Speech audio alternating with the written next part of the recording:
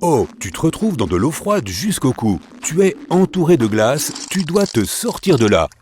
Lorsque tu nages dans de l'eau glacée, ton corps peut éprouver un certain choc. Tes réflexes risquent de te pousser à halter, mais ne le fais pas. Essaie simplement de garder la tête hors de l'eau. Débarrasse-toi de tout objet lourd comme les bottes, les vestes ou les sacs à dos. Lorsque tu atteins la glace, n'essaie pas juste d'en sortir. Ce n'est pas exactement comme une piscine. Essaie plutôt de te mettre en position horizontale et utilise tes jambes pour nager sur la glace. Serre-toi de tes mains pour te hisser hors de l'eau. Une fois à la surface, roule de côté en t'éloignant du bord, puis rampe, puis marche. Si tu t'aventures dans la nature, il est préférable de préparer quelques affaires à l'avance. Fabrique ton propre allume-feu à la maison. Fais chauffer de l'eau dans une casserole, mets-y un récipient en pyrex et fais-y fondre de la paraffine. Prends ensuite une boîte à œufs et mets des peluches de séchage dans chaque section. Remplis-les de paraffine, puis attends que tout soit solide et découpe chaque petite section. Il suffit d'un seul de ces petits morceaux pour démarrer un feu bien plus facilement. Le fil dentaire peut être très pratique pour survivre dans la jungle. Tu peux l'utiliser comme fil de pêche avec une languette de boîte de conserve comme hameçon.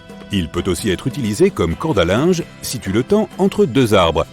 Il a l'air un peu fragile, mais un seul morceau de fil peut supporter jusqu'à 2,2 kg. Il est aussi très inflammable, donc si tu as du mal à allumer un feu, tu peux utiliser quelques mètres de fil dentaire pour le démarrer. Tu peux fabriquer une corde très solide avec une simple bouteille en plastique, si tu as une bonne paire de ciseaux. Coupe le goulot de la bouteille pour qu'elle ressemble à une tasse haute et étroite. Puis, découpe-la comme certaines personnes épluchent une orange, en tournant en rond et en faisant une spirale. Tâche de garder la même largeur durant tout le processus. Le résultat sera beaucoup plus long et plus solide que ce à quoi tu t'attends. Tu peux l'utiliser pour attacher des bâtons ensemble, pour faire une hutte, ou tu peux l'enrouler autour de ton sac à dos au cas où il se déchirerait ou autre. Le sucre peut être nocif pour les dents, mais il a un super pouvoir plutôt chouette. Il suffit d'en verser sur un morceau de tissu et de l'utiliser comme un pansement. Oh, c'est délicieux! Les moustiques peuvent être très pénibles et il y en a beaucoup partout. Tu peux fabriquer ton propre répulsif à insectes pour éloigner ces petites bêtes exaspérantes. Il suffit d'une orange, d'un citron ou de tout autre agrume. Ils sont pleins d'huiles essentielles que les moustiques ne peuvent pas supporter. Épluche une orange et frotte son écorce directement sur ta peau, en veillant à la presser légèrement au préalable pour faire ressortir les précieuses huiles essentielles. Une autre bonne façon de tenir les moustiques à distance est d'ajouter un peu de peau d'orange à ton feu de camp. Cela libère les huiles essentielles dans l'air. Tu commences à avoir faim, mais tu n'as rien pour allumer un feu. Vide tes poches, il y a peut-être quelque chose là-dedans que tu pourras utiliser comme allume-feu de fortune. Si tu disposes d'une pile et d'un emballage de chewing-gum métallique, tu as ce qu'il te faut. Coupe une fine bande de l'emballage, assez longue pour pouvoir joindre les deux côtés de la pile. Le milieu de la bande doit être plus fin que les extrémités. Prends de l'herbe sèche, des brindilles ou même du papier, tout ce que tu pourras utiliser pour allumer ton feu. La bande de papier d'aluminium devrait s'enflammer immédiatement, alors prépare-toi bien. Un humain peut survivre incroyablement longtemps sans nourriture, mais pas sans eau. Tout dépend de l'endroit où l'on se trouve, mais bien souvent, il n'est pas sécuritaire de boire. Tu peux fabriquer un filtre à eau par toi-même. Tout commence avec un feu. Il se peut que faire bouillir l'eau ne soit pas suffisant. Alors dès que les cendres de ton feu sont refroidies, tu dois les réduire en poudre. N'utilise pas n'importe quelle cendre trouvée au hasard dans la forêt. Il se peut qu'il y ait du plastique fondu dessus ou autre chose du genre. Il te faut ensuite une bouteille en plastique. Coupe le fond et perce un petit trou dans le bouchon. Retourne-la, mets-y environ 5 cm de charbon de bois et verse l'eau bouillie dans la bouteille, tout doucement. Les gouttes sont prêtes à être bues. Si tu trouves des morceaux de cendre dans l'eau, enroule un morceau de tissu propre autour du bouchon pour une filtration supplémentaire. Un chiffon carbonisé peut être utile si tu es perdu dans la jungle. Pour le fabriquer, tu auras besoin d'un récipient en métal avec un couvercle. Mets un morceau de tissu à l'intérieur et place le récipient dans le feu pendant quelques minutes. Le tissu devrait finir par devenir un peu noir sur les bords, mais rester intact. Un tissu carbonisé prend feu très vite, même avec un silex de la vieille école. Si jamais tu fais une randonnée dans le jardin d'un anaconda, écoute bien, reste loin des rivières peu profondes car ces serpents géants aiment y traîner. Si un anaconda décide de te serrer un peu, n'expire pas. À chaque fois que tu le fais, le serpent va te serrer un peu plus fort. Les anacondas ont toutefois un point faible. Ils n'aiment pas se faire mordre la queue. Ce n'est pas particulièrement délicieux, mais ça aidera à te sortir de là. Les avalanches sont assez puissantes, alors n'oublie pas ces conseils la prochaine fois que tu seras sur les pentes si les choses deviennent un peu dangereuses. Tout d'abord, couvre-toi la bouche, utilise un foulard ou un autre morceau de tissu et ne laisse pas entrer la neige. Garde le bras droit au-dessus de ta tête et n'oublie pas de dégager une petite fenêtre devant ton visage. Cela te permettra de respirer pendant environ une demi-heure. Débarrasse-toi de tout ce qui est lourd, même si c'est cher, mais assure-toi de garder ton sac à dos car c'est une protection supplémentaire. Et accroche-toi à un arbre si tu en vois un. Pour remonter à la surface, bouge comme si tu nageais tout droit. La neige n'est rien d'autre que de l'eau. Si jamais tu te retrouves coincé dans une voiture qui coule, ne panique pas et n'essaie pas d'ouvrir la porte. La pression de l'eau de l'extérieur risque d'être trop forte, tu ne feras que gaspiller une énergie précieuse et cette porte ne s'ouvrira pas. Le meilleur moyen de s'échapper serait de passer par les fenêtres. Il suffit de les baisser et de s'enfuir à la nage. Si tu n'es pas un bon nageur, tu peux essayer de créer ton propre dispositif de flottaison de fortune, comme un sac en plastique avec de l'air emprisonné à l'intérieur. Fais un nœud dedans et assure-toi qu'il est bien serré. La bouteille en plastique serait une bonne option, mais une seule ne suffira probablement pas. Tu peux aussi utiliser un imperméable ou un de ces pantalons étanches ou même une poubelle à l'envers. Si tu as un problème de voiture la nuit, dans la forêt par exemple, tu as besoin de lumière pour voir ce que tu fais. Tout ce qu'il te faut, c'est une bouteille d'eau ou un pichet ou même un bocal à cornichons rempli d'eau. Il te suffit de l'attacher à un projecteur et voilà, l'eau va diffuser la lumière pour que tu puisses mieux voir. Parfait pour monter une tente de secours ou trouver du bois pour un feu. Les pots Mason, ces pots à cornichons, sont très pratiques pour conserver les allumettes. Si tu campes dans une forêt, il est vraiment important de cacher ces allumettes dans un endroit sec et bien sécurisé. Pour le rendre encore plus pratique, prévois un couvercle rabattable. Découpe les bandes sur le côté de tes boîtes d'allumettes et colle-les sur le couvercle de ton pot en verre. Avant ta prochaine grande aventure en plein air, assure-toi d'avoir fait le plein de chocolat noir. Le chocolat est probablement le plus délicieux des aliments de survie, mais c'est aussi l'un des meilleurs. Il est riche en calories et il aide vraiment à remonter le moral. De plus, tu n'as même pas besoin d'une fourchette, d'une assiette ou d'un feu pour le déguster. Une dernière astuce pour aujourd'hui les amis. Tu as toujours du mal à allumer ce feu? Ne cherche pas plus loin que ce sac de chips que tu as secrètement caché à tes compagnons de camping.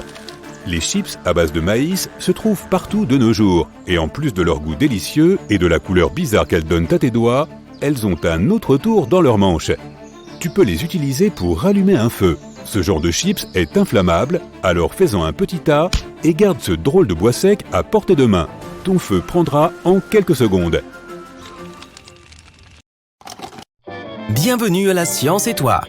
Alors que tu te balades dans la nature, un serpent sort des buissons et te mord la cheville. Quel malheur! Reste calme. Tu dois maintenir ton rythme cardiaque et ta pression sanguine le plus bas possible pour ralentir la propagation du venin. Retire tes chaussures et tes chaussettes. Maintenant, tu dois déterminer si la morsure vient ou non d'un serpent venimeux. Si tu vois 2 plaies profondes sur ta jambe, elles correspondent au crochet d'un serpent venimeux. Dans le cas d'un serpent non venimeux, tu verras de petites marques de dents pointues formant un U. Il existe environ 600 espèces de serpents venimeux et il faut surtout faire attention aux vipères et aux cobras. Chacun de ces serpents a un type de venin différent et nécessite donc des soins différents. Si une vipère te mord, n'appuie pas sur la blessure. Le fait d'emprisonner le venin dans une même zone pourrait aggraver les dommages causés au tissu. Tu dois rapidement te rendre à l'hôpital le plus proche pour te faire soigner. Si un cobra mord quelqu'un, il faut faire un bandage de compression sur la morsure pour empêcher le venin de se répandre dans le système sanguin. Garde un œil sur la victime pour s'assurer qu'elle respire bien, car le venin de cobra peut paralyser le diaphragme. N'essaye pas d'aspirer le venin. Il se propage si vite dans le sang que ça ne servira à rien. Observe bien le serpent et si possible, photographie-le pour le montrer au personnel médical. Essaye d'avoir une image nette. Passons maintenant aux allergies. La plupart des gens réagissent aux composés allergènes par un écoulement nasal ou des éternuements. Mais d'autres réagissent de manière beaucoup plus complexe. Une éruption cutanée peut être le signe d'une réaction allergique. Ce genre d'irritation peut apparaître 1 semaine après l'exposition aux composés allergènes. Il y a quelque temps, une personne à qui on avait installé un appareil dentaire a développé des éruptions cutanées sous sa montre et sur le ventre. Il s'est avéré qu'elle était allergique au nickel contenu dans les bagues de l'appareil. Si des cloques apparaissent sur ta peau après être exposée au soleil pendant 1 ou 2 heures, il ne s'agit pas d'un coup de soleil, mais bien d'une réaction allergique. Tu peux aussi avoir des rougeurs, boutons et desquamations. Si cela se produit, rends-toi rapidement aux urgences. On t'examinera et t'expliquera que faire. Certains médicaments peuvent être mis en cause, mais aussi des fruits comme les agrumes ou certains tubercules. Si tu es allergique au pollen, méfie-toi des fruits et légumes. Certains contiennent les mêmes protéines que celles contenues dans le pollen et ton système immunitaire y réagira comme tel en provoquant au passage des démangeaisons, un gonflement de la bouche et peut-être même du visage. Si tu souffres d'une plaie profonde à la main, la première chose à faire est d'appeler une ambulance. Tu es coincé dans une voiture en plein hiver et le froid te fait frissonner, c'est bon signe. Quand la température descend en dessous d'un niveau confortable, le corps tremble pour augmenter sa production de chaleur de près de 500%. Mais les frissons ne te réchaufferont pas très longtemps. Au bout d'un moment, tes muscles manqueront de carburant et ils cesseront de se contracter. Si une personne frigorifiée cesse de trembler et qu'elle s'endort, agis vite. Amène-la à l'abri, retire ses vêtements mouillés, frotte ses mains et ses pieds, enveloppe-la dans des couvertures et applique des compresses chaudes et sèches sur sa poitrine, son cou et son ventre. N'applique surtout pas de compresses chaudes sur ses bras ou ses jambes. La chaleur soudaine forcera le sang-froid à retourner au cœur, au cerveau et aux poumons et fera baisser la température au centre du corps. Alors que tu roules sur une route déserte, tu entends un flash d'urgence météo à la radio. Un « alerte tornade » signifie que l'une d'elles est susceptible de se former. Mais un avertissement de tornade signifie qu'une tornade est apparue sur le radar ou qu'elle a été repérée par une personne. Tu dois aussi te méfier de la grêle. Elle apparaît lorsque les courants ascendants d'un orage poussent les gouttes de pluie dans les nuages épais où elles gèlent. Mais à l'approche d'une tornade, il peut grêler sans pleuvoir. Tout devient subitement calme et il n'y a pas le moindre souffle de vent. Tu verras alors les nuages se déplacer en rotation ou vers le ciel, puis tu entendras comme un bruit de cascade qui se transformera en rugissement lorsque la tornade se rapprochera. Ce bruit est semblable à celui d'un train ou d'un réacteur d'avion. Des débris commenceront à tomber et un nuage en forme d'entonnoir se mettra à tournoyer, attirant les branches et les feuilles vers le haut. Si la tornade ne se déplace ni vers la gauche ni vers la droite, c'est qu'elle se dirige peut-être vers toi, et tu ne te rendras compte que lorsqu'elle sera trop près. Mets-toi vite à l'abri. Alors que tu es en train de regarder la télévision chez toi, tu entends un étrange bruit de claquement. Cela ressemble à un courant d'air, mais après avoir vérifié toutes les portes, tu ne dis qu'il n'y a rien. Le lendemain, tu sens une pression dans ta poitrine qui empire au fur et à mesure de la semaine. Ces douleurs thoraciques s'accompagnent alors d'une terrible sensation d'épuisement. Tu te dis alors que tu as un problème de santé, mais le vrai problème vient de ta maison. Tu subis peut-être une intoxication au monoxyde de carbone. Lorsque ce gaz remplit ta maison, il s'accumule dans ton sang et remplace peu à peu l'oxygène de ton corps. Cet empoisonnement peut provoquer des maux de tête, des nausées et un état de confusion. Dans ce cas, cours dehors pour prendre l'air et appelle les urgences. Procure-toi également un détecteur de monoxyde de carbone et installe-le dans le couloir ou dans la pièce où tu dors. Vérifie les piles 2 fois par an et si l'alarme se déclenche, sors immédiatement chez toi. Alors que tu fais du patin à glace sur un lac gelé, tu entends un craquement et tu te retrouves subitement dans l'eau glacée. D'abord, ton corps va entrer en état de choc à cause du changement soudain de température. Ne panique pas, ça passera au bout d'1 à 3 minutes. Trouve alors un morceau de glace solide auquel t'accrocher. N'essaye pas d'y grimper, mets simplement tes bras sur la glace et pousse avec tes jambes comme si tu voulais nager en avant. Cela t'aidera à ramper doucement hors de l'eau. Une fois que tu es sur la glace, ne te lève pas, car ton poids se concentrera sur une petite surface de glace et elle craquera de nouveau. Continue à ramper ou rouler jusqu'à atteindre la terre ferme. Saurais-tu briser la vitre d'une voiture en toute urgence ? Ces vitres sont constituées de plusieurs couches de matériaux dont le but est de les rendre résistantes. Voici comment faire.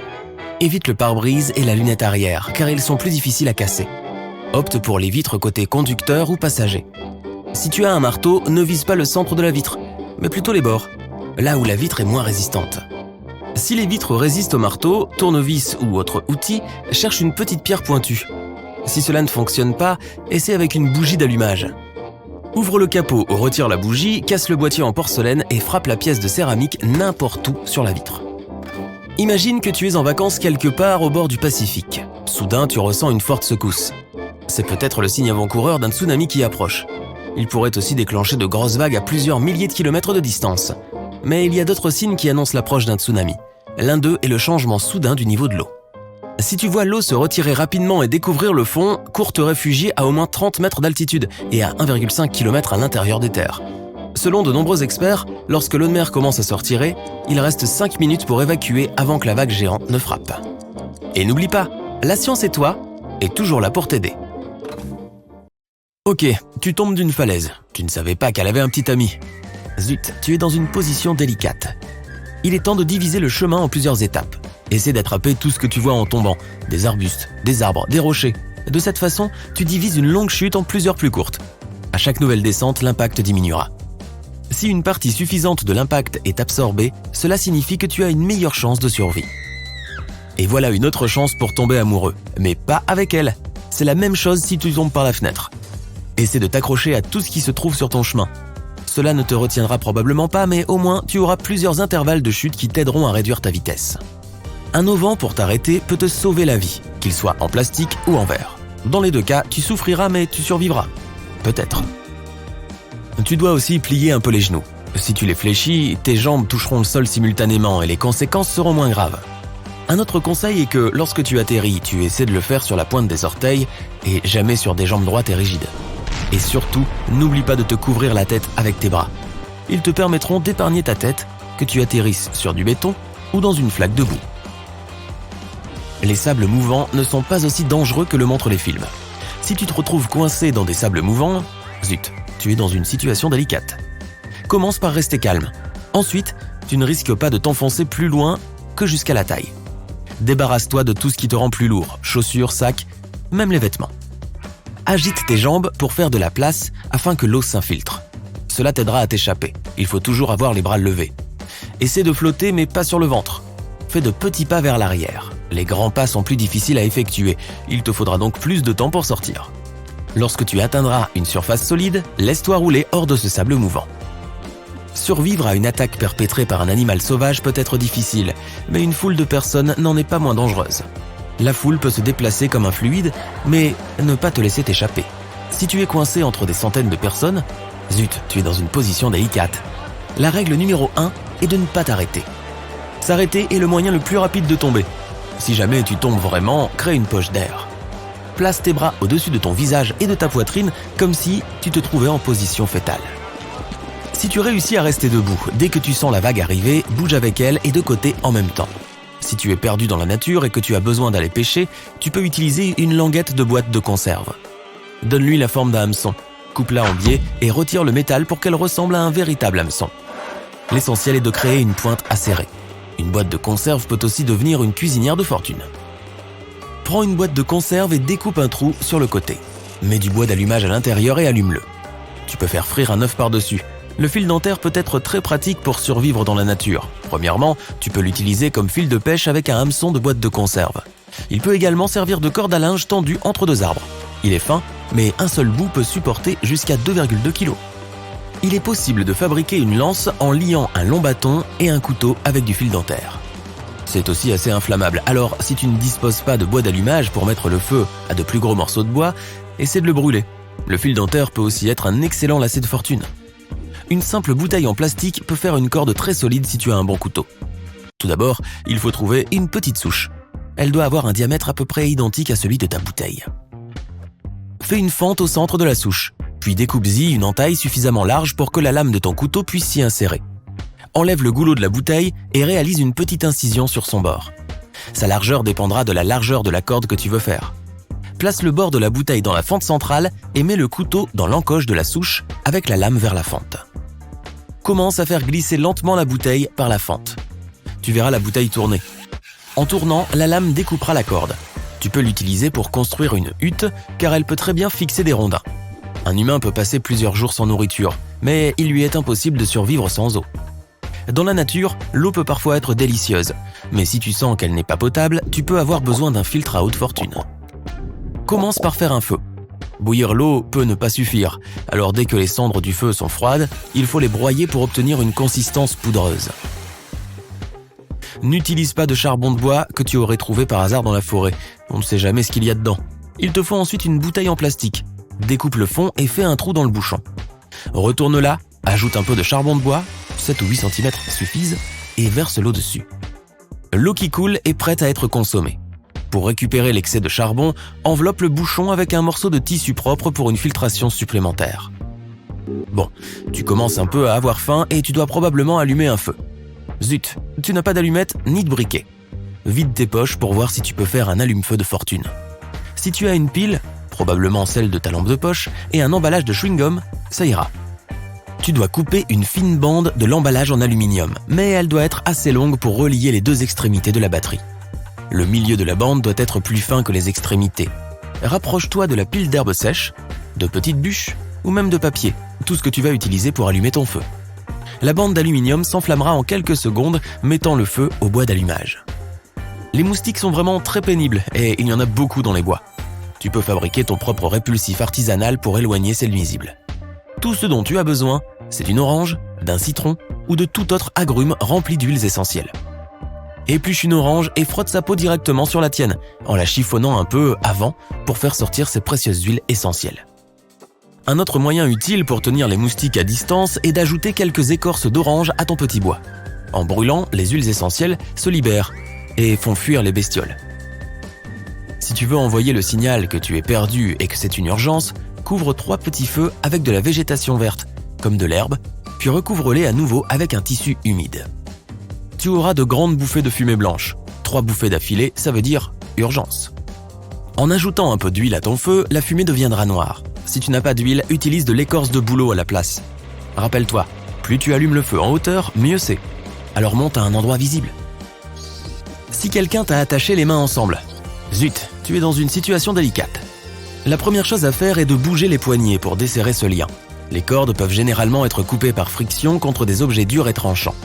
Si tu es attaché avec un collier de serrage, essaie de le casser. Serre les poings, presse les articulations, lève les mains au-dessus de la tête, puis abaisse-les brusquement. La pression va permettre de briser le lien. Tu peux aussi essayer de te dégager du nœud du collier de serrage. Si tu serres d'abord les poings, tes poignets s'élargiront, ce qui aura pour effet de desserrer les liens. Lorsque tu détends tes mains, les liens se relâchent, ce qui te permet éventuellement de te glisser hors du nœud. Le ruban adhésif peut être mâché, ou si tu le mouilles, il deviendra plus malléable et plus facile à détacher. Tu peux même l'humidifier avec ta salive. Traverser un courant d'eau peut être plus dangereux que ce que l'on croit. Lors de la traversée, il faut choisir une section droite et large. Avant d'entrer dans l'eau, il faut vérifier si le courant n'est pas trop rapide. Jette-y un bâton et si celui-ci va plus vite que ton rythme de marche moyen, envisage de traverser à un autre endroit. Ou alors essaie de trouver un bateau qui se trouve à proximité. Pourquoi faire compliqué après tout ? L'hélicoptère t'a déposé au milieu d'une jungle tropicale. Tu dois prouver que tu es capable de survivre dans la nature. La jungle est remplie de toutes sortes de bestioles. Écris tes réponses au fur et à mesure. À la fin, elles t'aideront à découvrir si tu as de bonnes aptitudes à la survie en situation réelle. Tu te trouves dans une petite clairière qui précède une jungle dense. Tu dois la traverser pour atteindre le premier point de contrôle. Tu n'as qu'une bouteille d'eau, une boîte d'allumettes et un téléphone dans un étui étanche. Dès que tu fais un pas, un fort grognement venant de derrière te fige sur place. Tu vois un gros lion et il n'a pas l'air content de te rencontrer. Cela ne sert à rien de s'enfuir, le lion est plus rapide et il est aussi excellent pour grimper aux arbres. Il se rapproche. Que dois-tu faire ? Tu lèves les mains, tu cries et tu lances ta bouteille d'eau sur le lion pour l'effrayer. Tu ouvres la bouteille et verses de l'eau sur le lion. Tu lui tournes le dos et tu ne bouges plus. Tu as 7 secondes.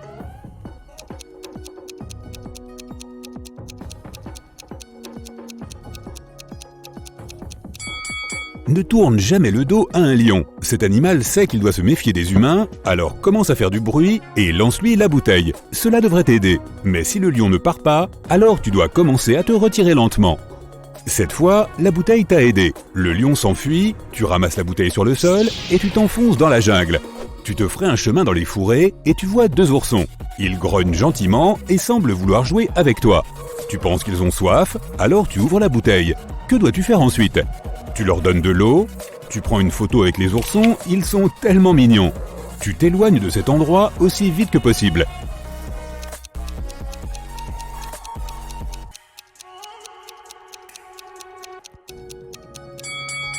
Chaque seconde compte, tu dois t'enfuir rapidement. S'il y a des oursons ici, alors leur mère est quelque part à proximité. Elle s'en prendra à toi si elle te voit près de ses petits. En courant, tu trébuches sur une racine et tu tombes. Il semble que tu aies réussi à t'enfuir, mais attends, quelque chose de gros arrive vers toi sur la droite. Tu tournes la tête et tu vois un énorme grizzly. Il grogne et se dresse sur ses pattes arrière. Que faire maintenant ? Tu te lèves et tu t'enfuis rapidement. Tu grimpes à l'arbre le plus proche et attends que l'ours parte. Tu fais semblant d'être inconscient et tu ne bouges plus. L'ours se rapproche, décide-toi maintenant.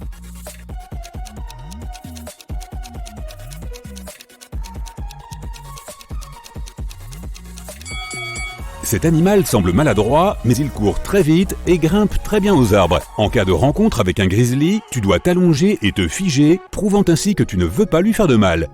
L'ours te renifle et semble vouloir partir, mais ne te lève pas tout de suite. Il peut rester à proximité et t'observer longtemps pour s'assurer que tu es vraiment inconscient. Au bout de 10 minutes, tu ouvres les yeux et tu sens que l'ours a disparu. Maintenant, nous allons ignorer le fait que les ours ne vivent pas dans la jungle et continuer notre aventure. Tu te ferais à nouveau un chemin dans la forêt dense. Tu peux voir la rivière devant toi, mais avant de l'atteindre, tu dois résoudre le problème d'une meute de loups.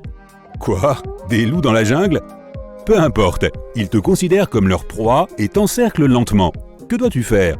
Tu ne les laisses pas t'entourer. Tu appuies ton dos contre un arbre, puis grimpes rapidement dessus. Tu utilises les allumettes pour mettre le feu à l'herbe, le feu fera fuir les loups. Tu cries et asperges d'eau dans différentes directions.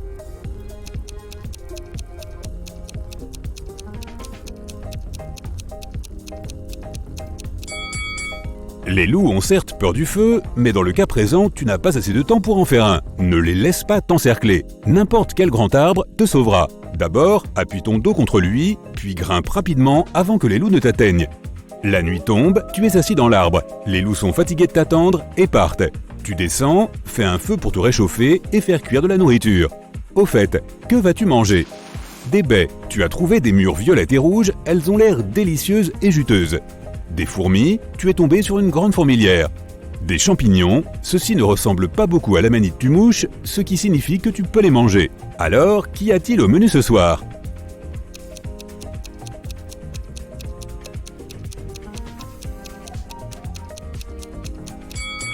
Étonnamment, les fourmis sont la chose la plus comestible pour toi dans cette situation. Tu ne peux pas manger de baies ni de champignons si tu ne sais pas de quel type il s'agit. Ils peuvent être toxiques. Après un copieux dîner de fourmis, tu attends l'aube et poursuis ton chemin. La jungle se termine et tu débouches sur une large clairière verte avec un grand lac à proximité. Tu marches prudemment dans la zone ouverte et tu entends soudain un grondement rapide au loin. Tu regardes autour de toi et tu vois un sanglier sauvage. Il se précipite droit sur toi en s'ébrouant et en rugissant. Que dois-tu faire? Tu cours vers le sanglier en criant, cela va désorienter l'animal. Tu t'allonges sur le sol et fais semblant d'être inconscient. Tu cours jusqu'à la forêt et grimpes dans un arbre. Dépêche-toi, tu n'as pas beaucoup de temps.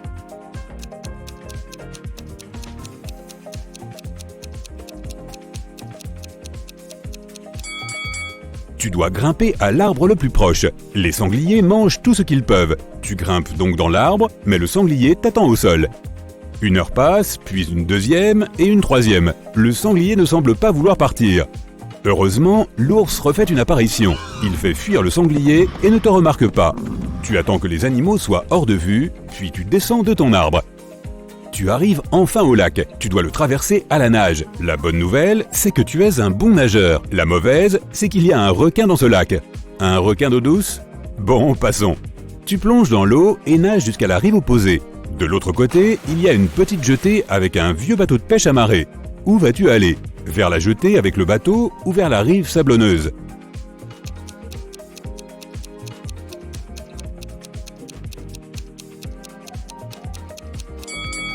Ne t'approche pas du bateau de pêche. Il dégage une odeur de poisson qui va attirer le requin. Il est fort probable qu'il se cache près de la jetée. Tu nages jusqu'à la rive et tu vois un aileron à côté du bateau. Il se retourne et se dirige rapidement vers toi. Le requin t'a repéré. Que dois-tu faire? Tu essaies de nager jusqu'au rivage aussi vite que possible. Tu ne t'éloignes pas à la nage, tu te tournes vers le requin et avances très lentement. Tu plonges sous l'eau et commences à agiter tes bras pour effrayer le requin.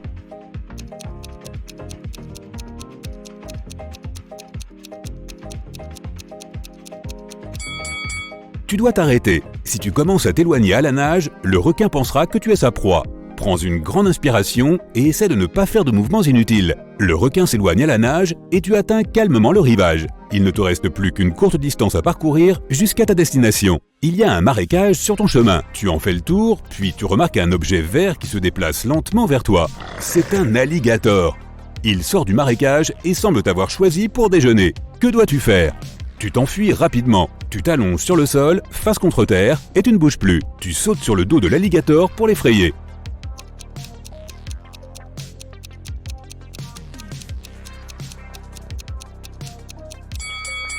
Les alligators sont des animaux rapides, mais ils ne le sont que sur de courtes distances. Alors n'hésite pas et fuis immédiatement. L'alligator n'essaiera même pas de te rattraper si tu es loin.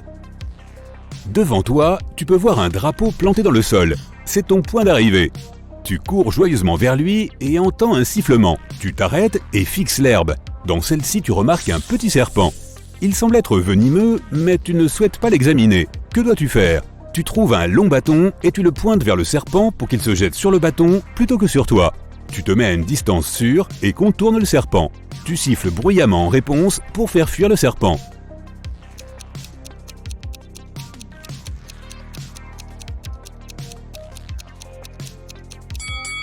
La réponse la plus simple est la bonne. Le serpent ne sautera pas si tu recules. Tu fais un pas de côté et cours jusqu'au drapeau. Enfin, tu as accompli ta mission et tu as survécu. Dans le ciel, tu vois un hélicoptère qui passe. On dirait qu'il ne te voit pas. Il est en train de s'éloigner et tu dois faire quelque chose pour que le pilote te remarque. Tu as des allumettes, de l'eau et ton téléphone. Que dois-tu faire ?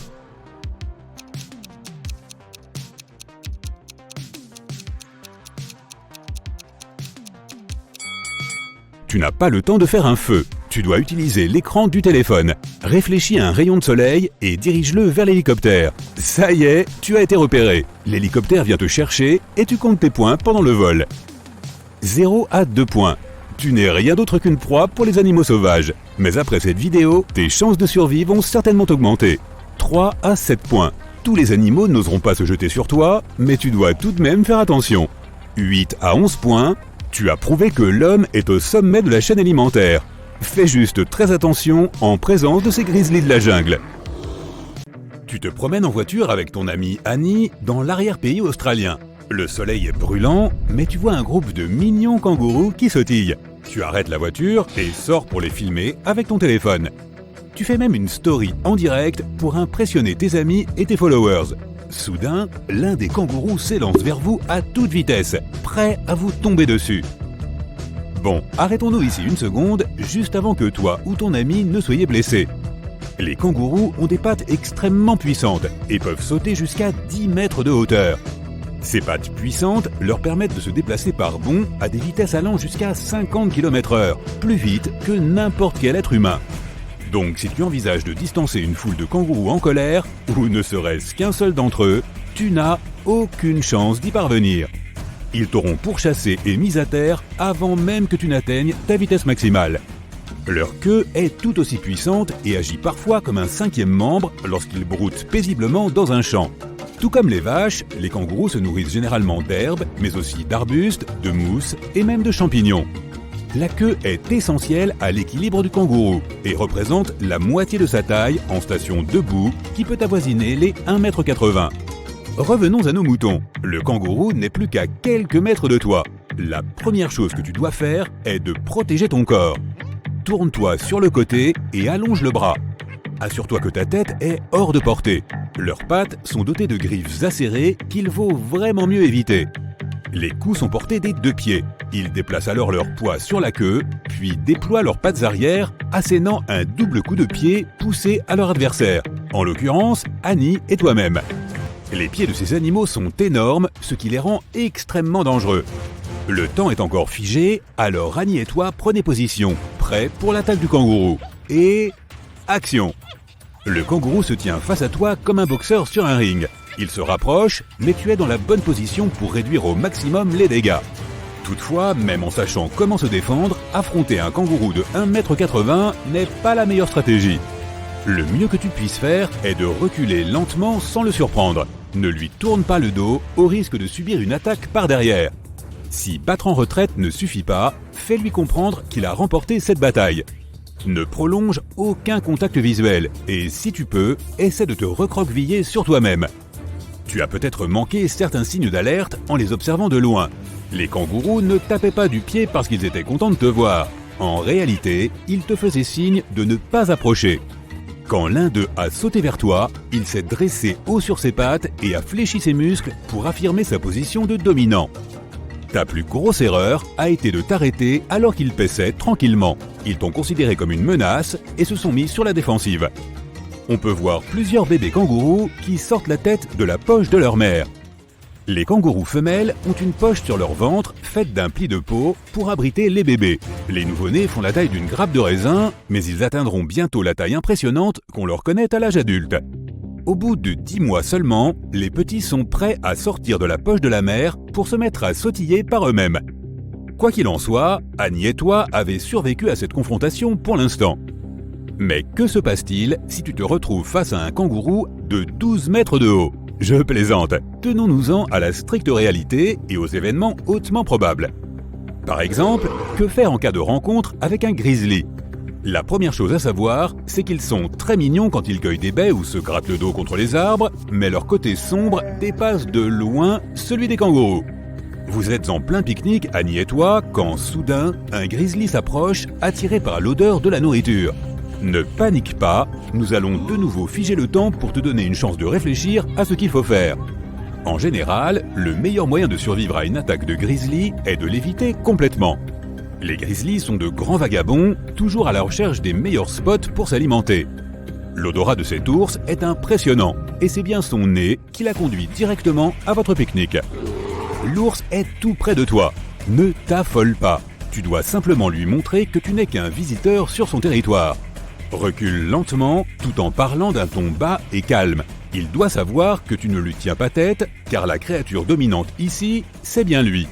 Il y a beaucoup de tension lors d'un face-à-face avec un ours, alors ne lui tourne pas le dos et ne t'enfuis pas. Cela ne fera que le provoquer à te prendre en chasse, et tu as peu de chances de gagner la course. Ces animaux sont plus rapides que les humains et savent nager et grimper aux arbres. Donc, à moins que tu ne saches comment te faire pousser des ailes et t'envoler, ne tente pas de distancer un grizzly. Le contact visuel est lui aussi à éviter.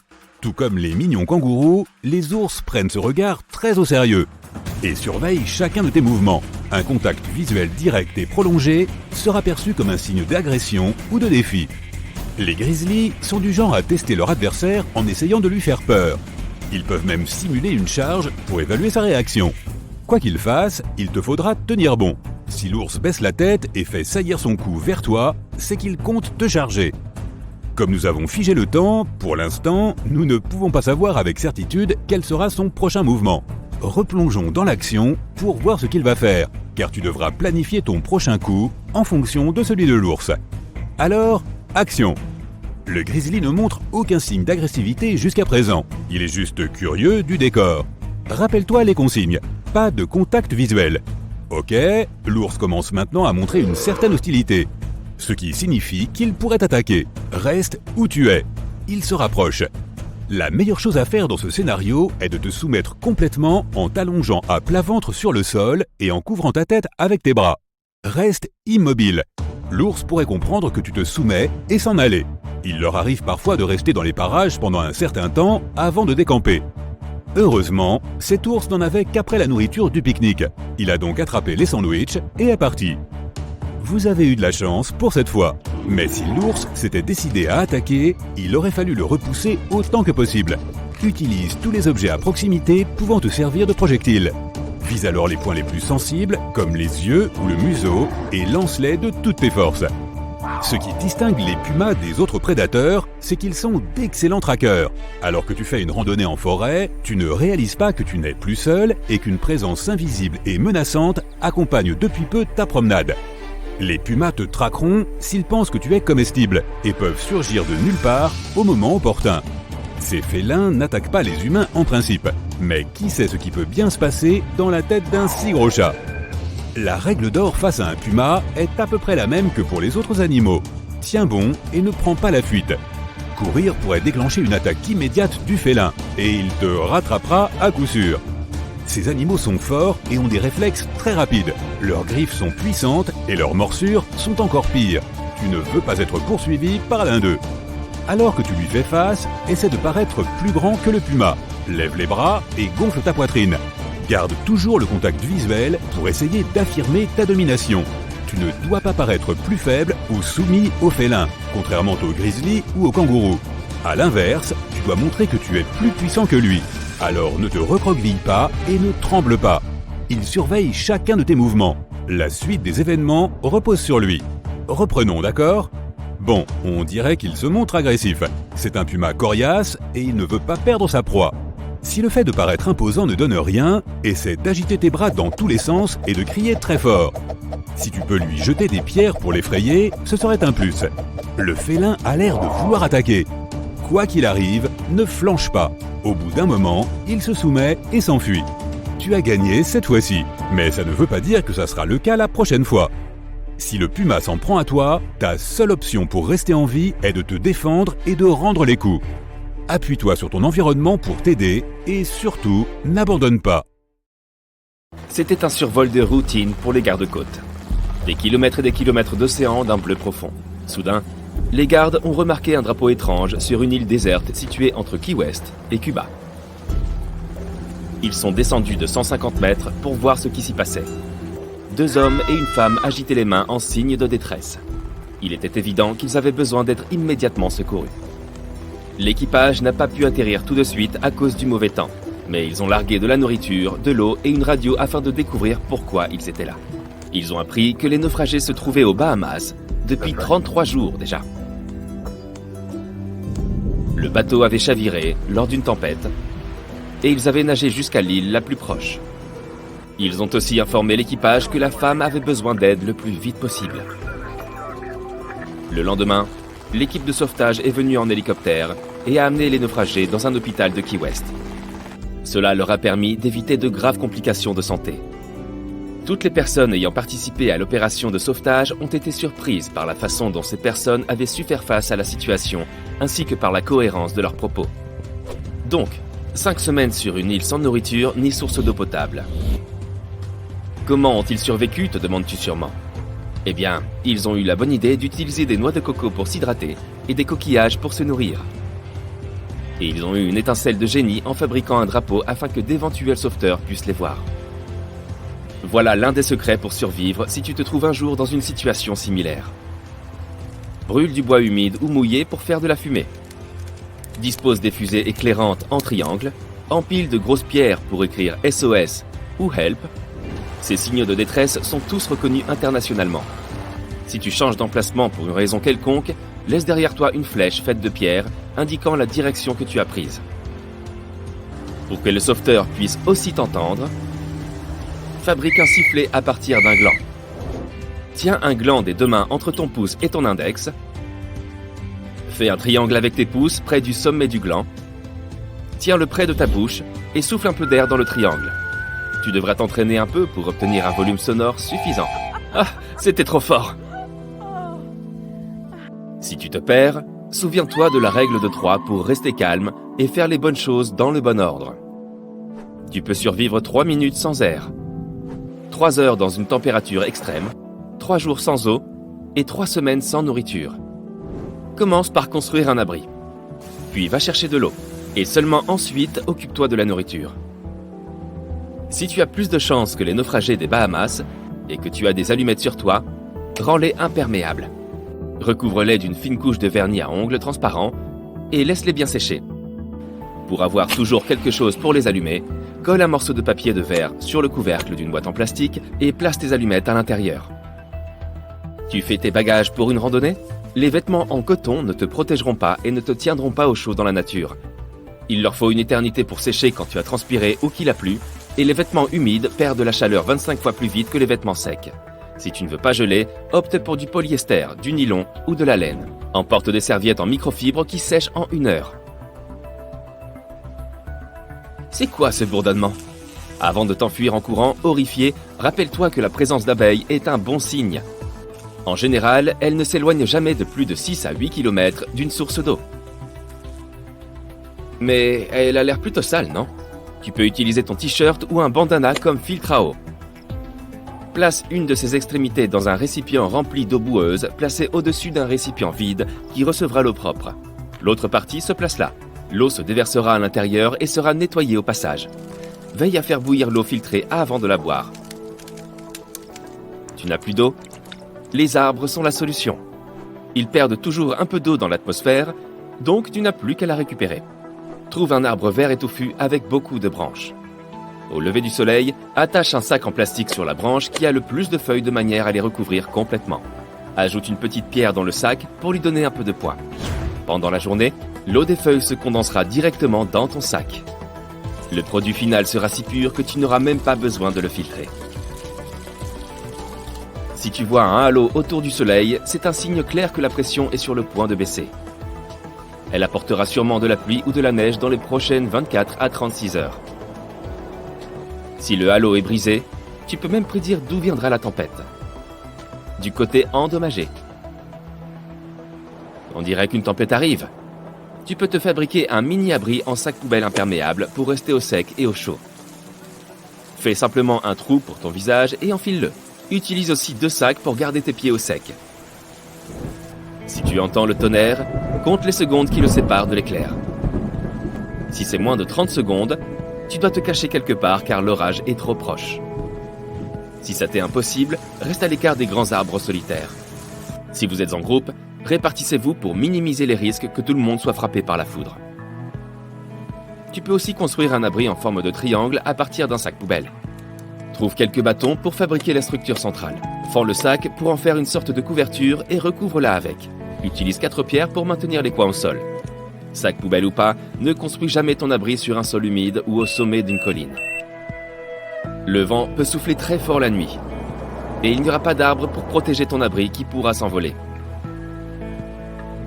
Maintenant que tu t'es trouvé un abri, fabrique-toi un bon lit à l'intérieur. Utilise des feuilles ou de l'herbe sèche. Place-les sous tes vêtements ou tes couvertures pour obtenir une couche isolante supplémentaire. Cette astuce fonctionne aussi bien en hiver qu'en été. Tu risques toujours de perdre plus de chaleur corporelle que tu ne peux en produire. Tu n'as pas de corde sur toi? Tu peux en fabriquer une toi-même à partir des plantes. Trouve de longues herbes, ou encore mieux, des herbes sèches. Et tisse-les ensemble en une tresse ou simplement en un cordon. Tu peux aussi utiliser l'écorce des arbres ou des branches que tu trouves par terre. Avant de t'aventurer dans la nature, surtout dans les régions sauvages où il y a beaucoup de buissons et de forêts, assure-toi que tes lacets ne se prendront pas dans les branches. Fixe les extrémités libres du ruban adhésif en toile sur le haut de ta cheville. Et voilà, tu ne tomberas pas. Tout du moins, pas à cause de tes lacets défaits. En te préparant pour ton aventure, apprends au moins à faire un nœud de base. Crois-moi, cela pourrait te sauver la vie. Le nœud de chaise t'aidera si tu as besoin d'attacher quelque chose à une corde avec une boucle. Plus tu tires fort, plus le nœud est serré. Pose la corde en travers de ta main et forme une petite boucle. Tire l'extrémité libre vers le haut et fais-la passer dans le trou par le dessous. Ça te semble trop compliqué? Souviens-toi de ceci. Le lapin sort du trou, fait le tour de l'arbre, puis redescend dans le trou. Alors voilà, tu dois enrouler la corde autour de la partie droite et la faire passer ensuite à travers la boucle. Maintenant serre-la et ton nœud est prêt.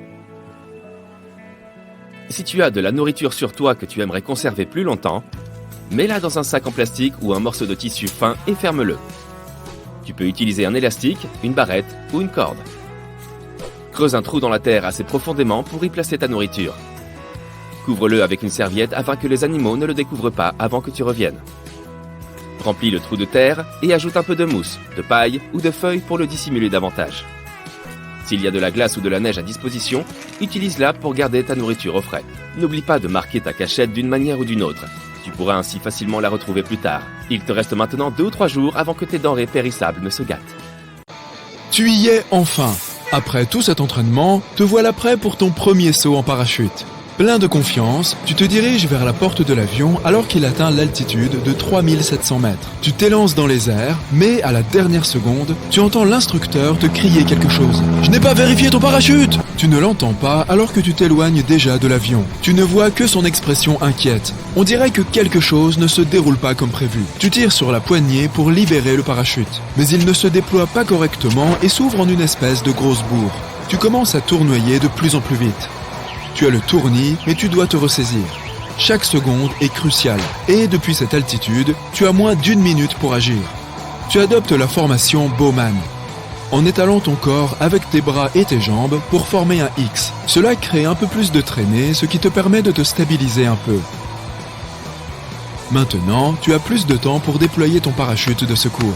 Encore étourdi par le tournoiement, tu essayes de te rappeler où il se trouve. Tu attrapes ce que tu penses être la bonne sangle et tu tires fort. Oh non, c'est une sangle de jambe. Tu as desserré l'attirail sur ton dos et maintenant tu commences à glisser hors des sangles. C'est pas ton jour de chance. Tu t'accroches et tu resserres la sangle de jambe. Ah oui, la procédure de sécurité te revient maintenant. Étape 1, débarrasse-toi du parachute principal au moyen de la poignée rouge. C'est fait. Maintenant, tu es de nouveau en chute libre. Étape 2. À présent, trouve la poignée argentée du câble de déclenchement pour éjecter le parachute de secours. Tu dois te dépêcher. Le sol se rapproche à vitesse grand V. Où est cette poignée? Oups, elle est là, située à gauche de ta poitrine. Tu tires dessus avec force. Flop! Le parachute se déplie, s'étire et freine ta descente. Tu es maintenant soulagé. Le souffle coupé? Le cœur qui bat la chamade? Oh que oui! Enfin, tu peux profiter de la vue. Pendant environ 10 secondes avant d'atterrir au sol. Tout doucement, les pieds en premier. Ça a l'air marrant quand même. On remet ça quand tu veux. Comme toujours, au lieu de prendre les escaliers, tu utilises l'ascenseur. Les chances qu'il ait un accident sont d'1 sur 10 millions. Tu as 10 fois plus de chances d'être frappé par la foudre. Mais aujourd'hui, tu te trouves hélas dans cet ascenseur malchanceux. Alors que tu descends du 5e étage, le système de poulie rencontre un problème. Un câble se rompt et l'ascenseur commence à tomber. Rapidement, tu t'allonges sur le dos en plaçant un bras autour de ta tête pour la protéger de l'impact et l'autre bras sur ton visage pour le préserver d'éventuelles chutes d'objets. Tu étales tes jambes de manière uniforme. En quelques secondes à peine, tu te prépares à l'impact. Il s'écrase et les débris du dessus s'abattent autour de toi. Bien joué, tu as évité les blessures. Mais serait-il possible d'altérer la force de l'impact en sautant? Réfléchis bien. Si tu sautais trop tôt, il serait encore plus sévère, car ta vitesse augmenterait dans la descente. Et si tu sautais trop tard, la vitesse de ton saut vers le haut te ferait te cogner la tête, car l'ascenseur se serait arrêté. Il faudrait que tu sautes au moment précis de l'impact pour que ta propre vitesse soit d'une quelconque efficacité. Et sans la capacité de voir à travers l'acier, ce serait une question de chance. Il est donc préférable d'utiliser la méthode où l'on se couche. Bonne chance en tout cas. Tu te rends au travail en voiture en passant sur le même pont que tous les autres jours. Aujourd'hui, il y a plus de trafic que d'habitude. Tu es coincé dans un embouteillage. Le pont commence à grincer. Malheureusement, il est possible que des ponts à la structure défectueuse s'effondrent sous un poids excessif. Et voilà, c'est justement le cas. Lorsque le pont s'effondre dans la rivière, ta voiture commence par flotter. L'eau monte lentement autour de toi pendant qu'elle se met à couler. Tu essayes de rester calme et de prendre une grande inspiration. Tu as jusqu'à 2 minutes avant que la voiture ne coule complètement. Tu dois agir rapidement et abaisser la fenêtre. En enlevant ta ceinture de sécurité, tu remarques que l'eau est montée au-dessus des fenêtres. Tu essayes de les ouvrir, mais elles sont complètement coincées à cause de la pression. Tu as raté ta chance. Tu t'enfonces encore plus et tu songes à ouvrir la porte. Mieux vaut ne pas faire ça. Cela fera couler ton véhicule encore plus vite. De plus, il sera encore plus dangereux de sortir. La voiture touche le fond et l'eau y pénètre lentement. Tu essayes d'ouvrir la porte, mais la pression est si intense qu'elle ne bouge pas. Tu penses à l'eau qui rentre. Peut-être que si tu attendais qu'il y ait assez d'eau à l'intérieur, cela pourrait réguler la pression, permettant aux portes de s'ouvrir. Mais avec le peu d'air qui resterait, et si les portes ne fonctionnent toujours pas, ce serait courir un trop grand risque.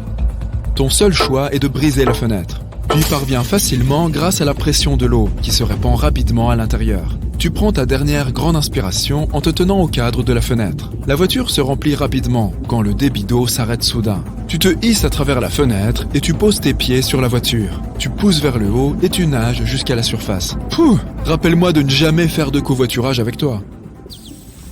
Ensuite, tu fais une randonnée dans la forêt et tu trouves l'endroit idéal pour admirer le coucher du soleil. Tu prends une photo et elle est superbe. Mais attends, dans quelle direction aller pour rentrer au camp? Il commence à faire nuit et tu n'as aucune idée de comment tu es arrivé ici. Tu vérifies ton téléphone. Il a une carte, donc tout ira bien, non? Mais tu as pris beaucoup trop de photos de la nature et ta batterie est épuisée. Tu peux survivre jusqu'à 3 heures sans abri par mauvais temps. Tu peux rester sans eau pendant 3 jours et jusqu'à 3 semaines sans nourriture. Tu dois considérer tes prochaines actions par ordre d'importance. Ta première tâche est de construire un abri. Tu appuies un grand bâton contre un arbre pour soutenir un toit. Ensuite, tu construis 2 murs sur les côtés, formant ainsi une armature solide. Il y a beaucoup de feuilles dans la forêt et tu couvres ton toit avec des tas de feuilles pour l'isolation. À l'intérieur, tu construis un joli matelas de feuilles. Tu entres et attends le matin en espérant avoir un sommeil réparateur. Tu as terriblement mal dormi, mais tu n'as pas vraiment le temps de leur laisser une revue pourrie sur ton site de booking favori. Ta tâche suivante consiste à trouver de l'eau. Tu suis un dénivelé du terrain pour finalement aboutir à un ruisseau. De l'eau propre, check. Tu continues à marcher dans le sens du courant en espérant qu'il te mène à une rivière. Tu as plus de chances de trouver des gens et des traces de civilisation le long de grandes étendues d'eau. Les heures passent et ton ventre gronde. Tu cherches autour de toi de quoi te rassasier. Il y a des baies et des champignons, mais tu ne les reconnais pas.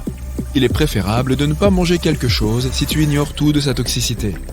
Tu cherches des insectes sous les vieux troncs et les branches. Tu as trouvé quelques vers de farine qui peuvent être mangés crus. Certains insectes, lorsqu'ils sont cuits, peuvent être une source importante de fer, de protéines et de vitamine B12. Tu les regardes et tu perds bien vite l'appétit.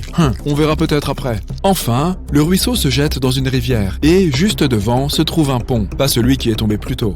Tu sembles sorti d'affaires. Tu jettes ces insectes répugnants et tu te lances dans ta prochaine aventure, trouver un restaurant. Bon, on n'ira jamais faire du camping ensemble non plus. Tu te promènes maintenant dans un champ. Le vent se lève et, non loin de là, une tornade se forme. Tu commences à t'en éloigner en courant, mais tu ne peux pas la distancer, car elle se déplace jusqu'à 100 km/h. Ta principale préoccupation n'est pas la tornade en elle-même, mais les arbres et les bâtiments que la tornade emporte, les transformant en de dangereux objets volants. Ils sont entraînés à une vitesse folle, car ils sont portés par des vents rapides qui peuvent avoisiner les 500 km/h. Tu cherches un abri, mais il n'y a rien de tel. Ta seule option est un fossé qui ne soit pas entouré d'arbres ou d'autres objets cassants. Tu te cales dans le fossé et couvres ta tête avec ta veste, en la maintenant avec tes bras pour te protéger. Couché à plat, avec ce bruit de tonnerre tout autour de toi, tu as l'impression de te trouver dans un moteur à réaction géant. C'est un son terrifiant, mais heureusement, tu ne te trouves pas sur le chemin de la tornade. Tu peux entendre les petits débris siffler au-dessus de ta tête, et beaucoup d'entre eux s'abattent tout autour de toi avec un bruit sourd, mais fort heureusement, ils t'épargnent. Tout redevient calme. Tu restes allongé en contrôlant ta respiration et en essayant de te détendre. Tu ne te lèves pas encore, car le pire est peut-être encore à venir. Les tornades peuvent durer de quelques secondes à plus d'1 heure. Tu ne prends pas de risques et tu restes dans ton fossé pendant toute l'heure. Puis finalement, quand il est clair qu'elle est partie, tu époussettes ta veste et tu rentres chez toi.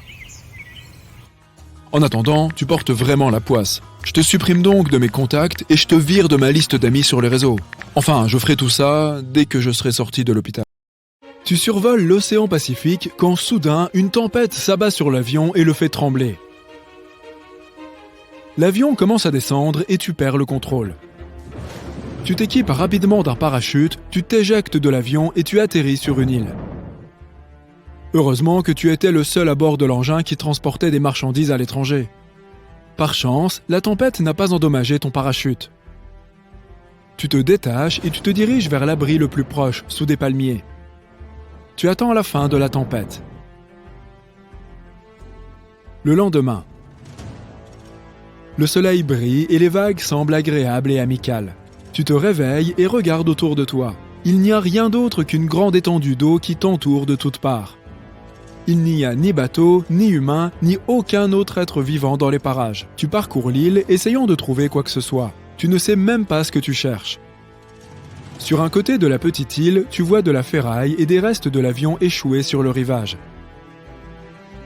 Tu t'y précipites et essayes de voir s'il y a quelque chose d'utile. Malheureusement, tout a été détruit, sauf une boîte scellée qui s'en est sortie. Tu l'ouvres et vois des dizaines de rouleaux de ruban adhésif de type duct tape empilés les uns sur les autres. Après avoir traversé l'île, tu retournes à ton campement traînant avec toi la boîte de ruban adhésif. Tu essayes de comprendre ce qu'il faut faire et soudain, tu as une merveilleuse idée. Certains endroits de l'île sont difficiles d'accès et comme tes chaussures sont abîmées, tu vas te fabriquer des sandales. Pour ce faire, tu attrapes quelques branches et essayes d'utiliser du ruban adhésif toilé pour faire une nouvelle paire de chaussures. Après plusieurs tentatives infructueuses, tu es sur le point d'abandonner. C'est alors que tu fixes du ruban adhésif à des morceaux d'écorce d'arbre qui sont à peu près de la taille de ton pied. Ce seront les semelles de tes nouvelles chaussures. Le ruban adhésif est lisse et ne te blessera donc pas. Après avoir ajouté plusieurs branches, tu enroules le ruban autour de tes pieds et voilà. Tu as des sandales en ruban adhésif toilé. Tu peux maintenant t'aventurer dans les parties rocheuses de l'île sans t'abîmer les pieds.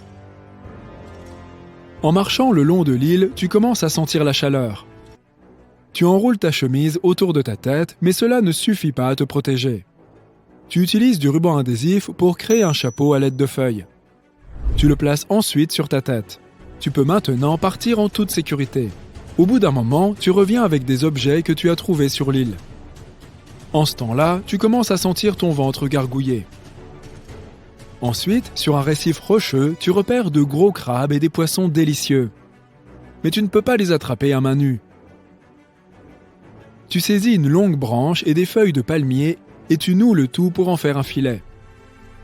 Tu utilises ensuite du ruban adhésif pour le renforcer et tu te diriges vers le récif. Tu portes tes sandales de fortune et ton chapeau pour te protéger la tête, et tu transportes le filet pour attraper des poissons. Jusqu'à présent, tu n'as utilisé que 2 rouleaux de ruban adhésif. Au bout d'un moment, tu réussis à attraper quelques poissons et crabes que tu ramènes au camp. Tu fais un feu et commences à griller tes prises. Tu es assis sur une bûche, mais ce siège n'est pas très confortable. Tu prends du ruban adhésif et tu te fais un tapis. Une fois que la nourriture est prête, tu te régales. Mais il y a un autre problème, l'eau. Il n'y a pas d'eau douce dans les environs, mais un orage se prépare.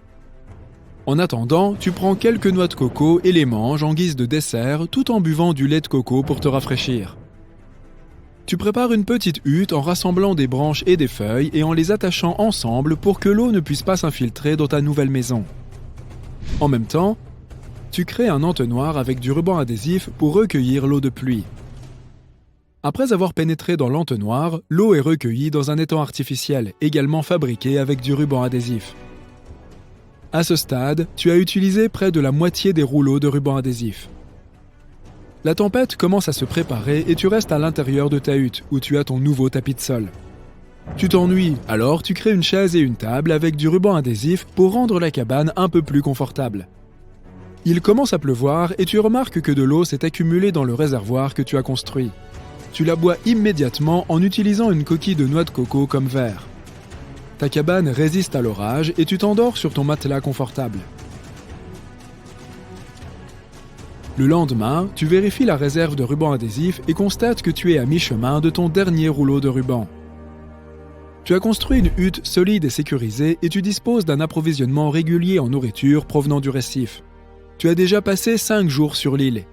Il est donc temps de trouver un moyen de sortir. Tu as fait de ton mieux pour chercher de l'aide, mais rien. Pas un avion ou un bateau en vue. Tu cherches désespérément à sortir de là, et tu as de la chance. Tu aperçois un cargo au loin. Tu dois agir rapidement. Après avoir passé en revue ta boîte de ruban adhésif, tu décides de créer un radeau pour partir en mer. Tu rassembles suffisamment de nourriture et d'eau pour le voyage et tu te mets au travail. Tu commences par rassembler de gros rondins pour la base et tu les mets côte à côte. Tu disposes d'une corde faite d'écorce d'arbres et de feuilles pour attacher les troncs ensemble. Tu t'assures que c'est assez grand pour que tu puisses y tenir. Tu prends ensuite une autre série de rondins et tu les places sur la base, puis tu répètes le même processus pour créer une deuxième couche. De cette façon, tu minimises le risque d'affaissement. Enfin, tu colles du ruban adhésif sur tous les points faibles pour renforcer ton radeau. À l'aide de quelques branches, tu crées des rames pour avancer avec des pagaies fabriquées avec du ruban adhésif. Tu constates que tu as utilisé environ 75% de tes réserves, y compris le ruban adhésif que tu avais utilisé pour construire la cabane et les meubles. Il n'est pas aussi solide que du ruban adhésif neuf, mais il fait l'affaire. Une fois la base et les rames terminées, tu crées une petite cabane pour abriter ta nourriture et tes provisions et les protéger des vagues. Tu fabriques également un mât en bois et utilises un morceau de tissu comme voile. Tu mets le radeau sur l'eau et commences à ramer. Jusqu'à présent, tout va bien. Tu ouvres la voile et fais une pause. Tu te retournes et regardes l'île qui a été ta maison pendant les 5 derniers jours. Tu pars pour un voyage dangereux. Tu risques tout, mais si tu restes trop longtemps sur l'île, tu n'y arriveras certainement pas. Cela fait déjà 1 heure et l'île est à peine visible. Mais le bateau se rapproche. Il te reste encore un rouleau de ruban adhésif à utiliser en cas d'urgence. Les eaux sont calmes et tu vois des dauphins qui nagent autour de toi. Tu manges du poisson et bois de l'eau avant de remarquer que les vagues ont grossi. Tu prépares ta voile et tu te mets à l'abri. Heureusement que ton radeau est solide. De grosses vagues s'écrasent contre lui, faisant tomber une partie de ta nourriture et de ton eau. Mais le radeau est toujours en un seul morceau. Le soleil commence à se coucher et il n'y a toujours aucun signe de vie. Tu utilises le reste du ruban adhésif pour réparer le radeau. Même si tu as perdu de la nourriture pendant la tempête, tu as ton filet pour attraper plus de poissons. Tu allumes un petit feu de camp dans une coquille de noix de coco. Tu fais cuire le poisson et commences à manger. Tu te retournes et aperçois un bateau qui vient vers toi. Tu attrapes immédiatement une branche, l'allumes et l'agites pour que le bateau te voie. Il semble qu'il va te manquer, mais quelqu'un sur le bateau te remarque. Ils font descendre un bateau de secours pour te récupérer et te sauver. On peut dire que le ruban adhésif t'a vraiment sauvé la vie. Regarde ces carrés, lequel est le plus grand, le jaune ou le vert?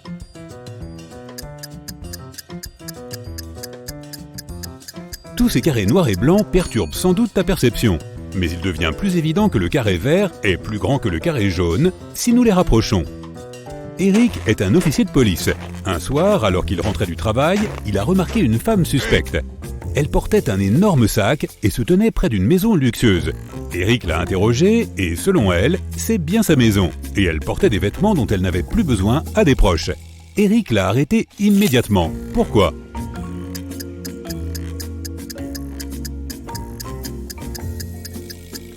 Regarde les traces dans la neige.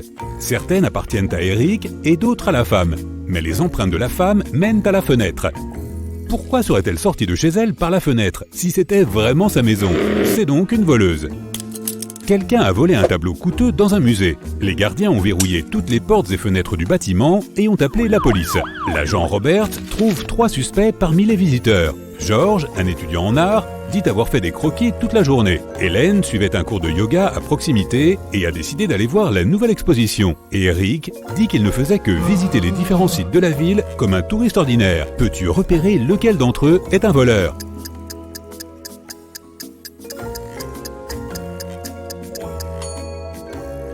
C'est Hélène. Elle a caché la peinture dans son tapis de yoga. Et les autres ont des sacs à dos vraiment trop petits. Nina est un agent d'assurance. Un jour, son client, Peter, l'appelle sur le lieu d'un accident. Il dit être arrivé à cet endroit pour une soirée barbecue et que ses amis devraient le retrouver dans 2 heures. Il est sorti de la voiture et, soudain, elle s'est mise à rouler et est tombée dans le lac. Mais Nina ne le croit pas. Pourquoi ?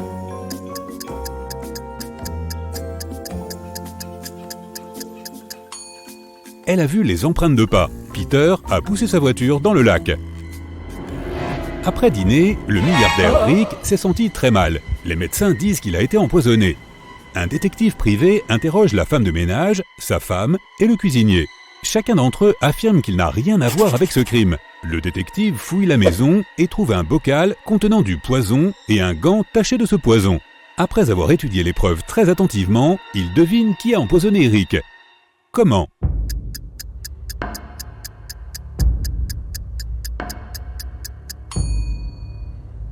Le gant correspond à une main gauche, ce qui signifie que l'empoisonneur est gaucher.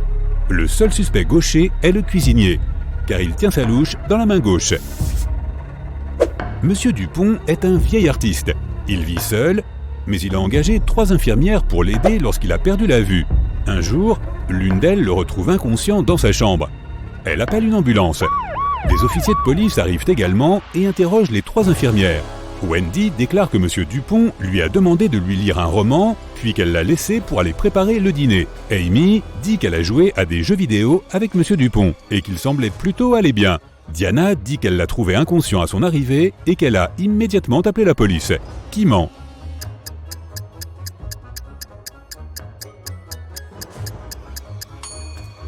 C'est Amy. Monsieur Dupont est aveugle. Il ne peut donc pas jouer à des jeux vidéo. 4 scientifiques se rendent à une conférence sur la physique dans la même voiture. Il a plu toute la journée. Ils entrent dans un long tunnel où il fait très sombre. Quand la voiture quitte le tunnel, Tina est inconsciente. Ses collègues s'arrêtent et appellent une ambulance. La police interroge tous les passagers. Que faisiez-vous lorsque vous étiez dans le tunnel ? Alex écoutait de la musique avec ses écouteurs et il n'a rien entendu. Bobby dormait et n'a rien vu. Diana était concentrée sur la route car il pleuvait et elle devait conduire prudemment. Qui ment ?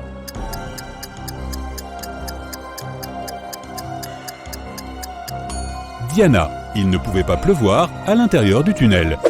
Lily s'est perdue dans la forêt. Elle a soif, mais il n'y a ni lac ni rivière autour d'elle. Que doit-elle faire? Utiliser la chair d'un cactus, recueillir l'eau des feuilles d'arbre à l'aide d'un sac en plastique ou boire dans une flaque d'eau sale?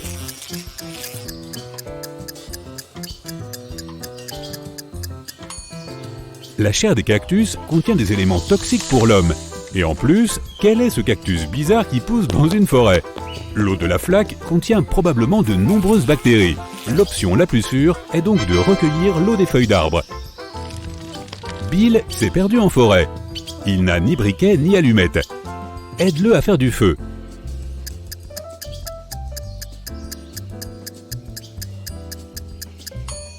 Il peut essayer d'utiliser ses lunettes comme lentilles et diriger la lumière du soleil sur l'herbe sèche et attendre que celle-ci s'embrase. Il peut aussi essayer de frotter une branche contre une autre, mais ce processus peut prendre des heures.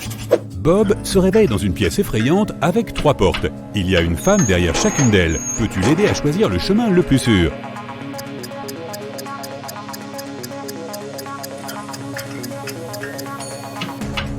As-tu vu ces traces de griffes? Il y a sûrement un animal sauvage derrière cette porte. Et la deuxième n'a pas l'air sûre non plus, car la femme a des araignées dans les cheveux. La troisième porte est donc l'option la plus sûre, même si cette femme ressemble à une sorcière. Kim et Stacy sont partis en randonnée dans la forêt. Elles s'arrêtent pour la nuit, et Stacy va ramasser quelques baies. Soudain, une sorcière apparaît de nulle part et transforme Stacy en rocher. Kim s'inquiète et part à la recherche de Stacy, mais elle tombe sur la sorcière qui lui dit: j'ai transformé ton ami en pierre. Trouve le bon rocher et verse cette potion dessus. Elle rendra à ton ami sa forme humaine. Puis elle disparaît. Peux-tu aider Kim à sauver Stacy?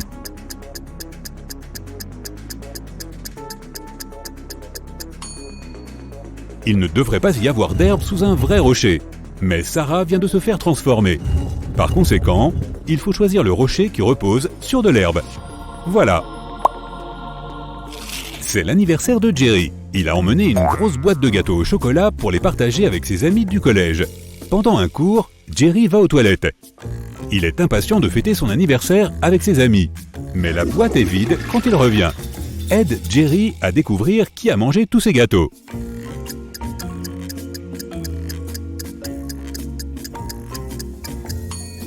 Cet élève semble assez suspecte. C'est du chocolat sur sa joue? Mettons maintenant au défi ta perception des couleurs. Quelles couleurs faut-il mélanger pour obtenir du vert? La bonne réponse est la B. Quelle couleur faut-il mélanger pour obtenir de l'orange? La bonne réponse est la B. Quelle couleur faut-il mélanger pour obtenir du rose?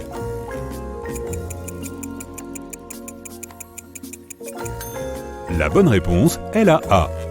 Regarde cette image. On peut voir Josh tomber dans un trou noir tandis que sa collègue Jill crie à l'aide.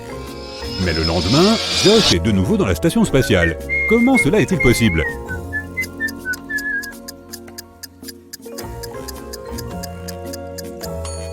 C'était un poisson d'avril et les astronautes ont décidé de faire une farce à Jill. Lisa dit à un policier que sa maison a été cambriolée. Le tableau le plus cher était accroché au-dessus de son lit, mais il a disparu. Le policier lui demande « Avez-vous touché quelque chose ?» Et Lisa répond « Non ». Le policier prend la déposition de Lisa avant d'inspecter la maison, et il l'arrête pour fraude. Pourquoi?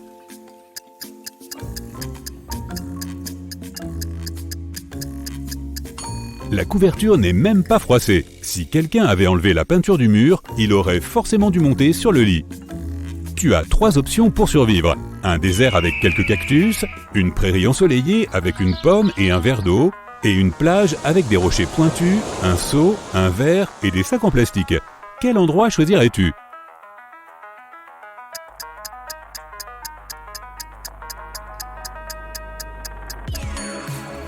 Il n'y a pas d'eau dans le désert, et les cactus peuvent être toxiques.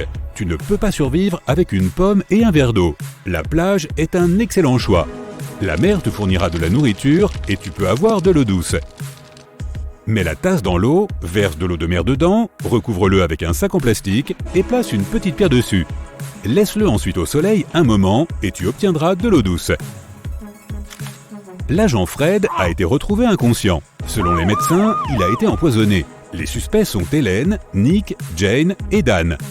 Avant l'accident, Fred a entouré des chiffres sur son calendrier. 12, 4, 11. Qui l'a empoisonné?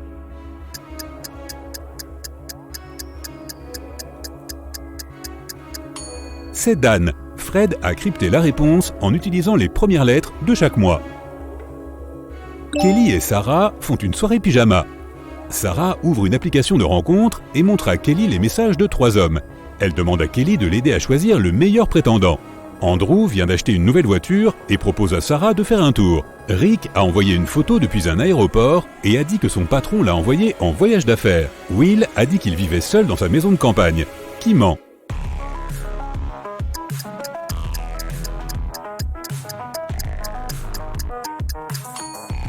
Rick a 2 billets d'avion dans sa poche et Will ne vit pas seul car il y a 2 téléphones et des lunettes de soleil féminines sur le bureau.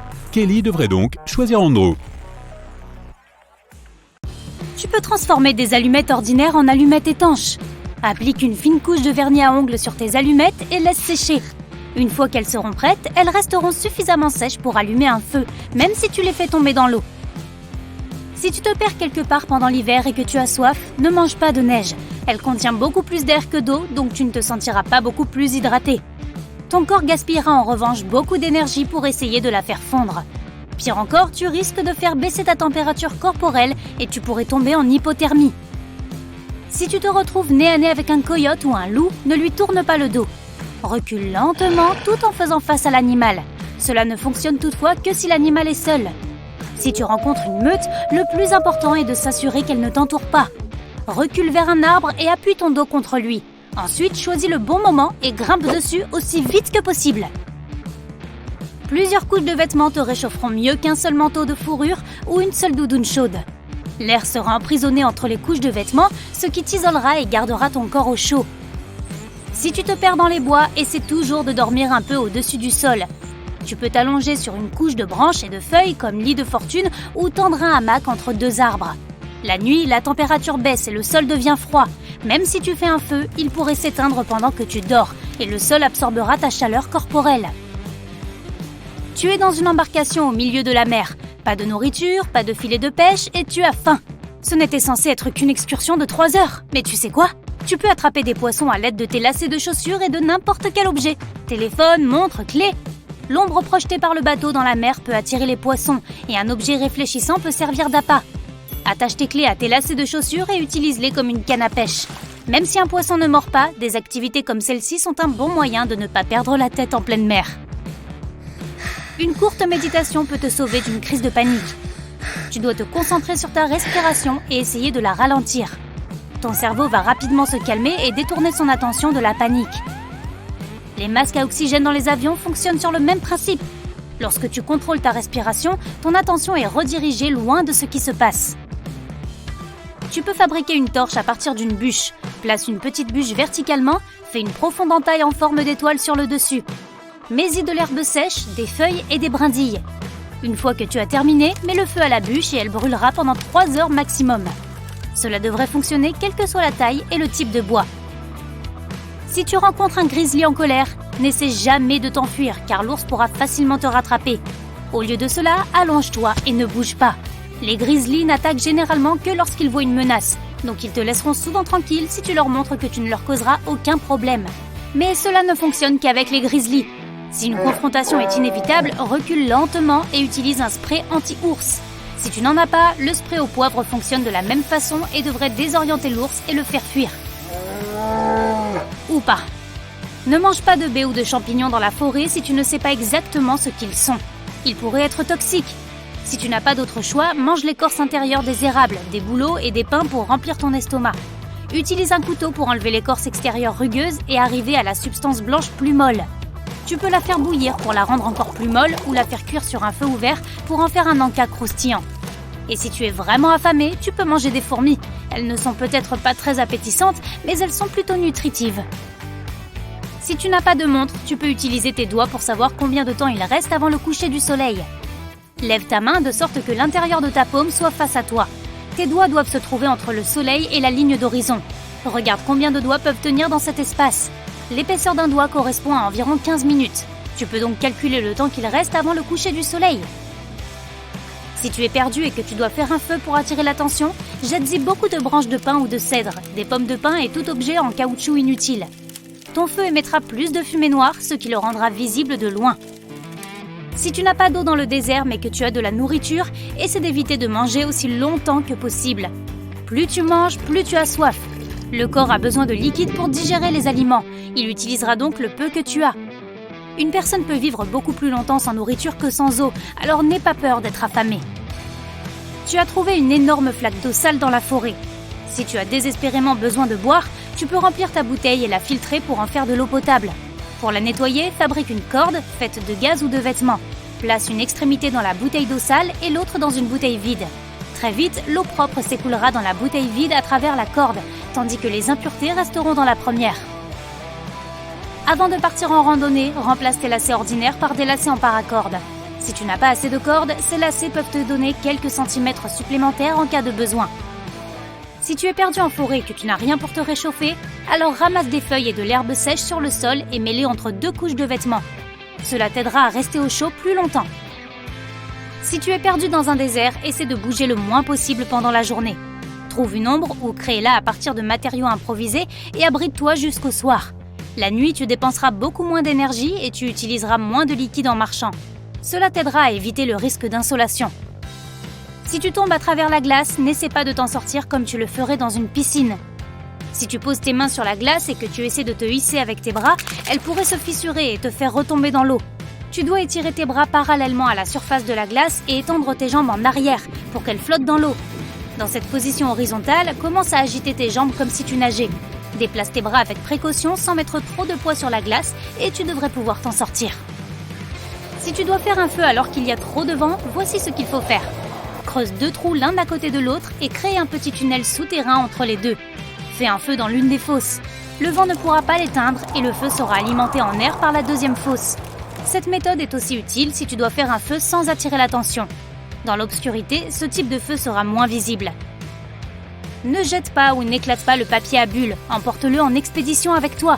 Il te protégera du froid mieux que ne le ferait une épaisse couverture. Ces minuscules bulles d'air sont un isolant parfait. Il suffit de le mettre entre 2 couches de vêtements pour que le papier bulle empêche toute chaleur de s'échapper. Le plastique dont sont faites les bulles est d'ailleurs imperméable, donc le papier bulle peut aussi t'éviter d'être mouillé.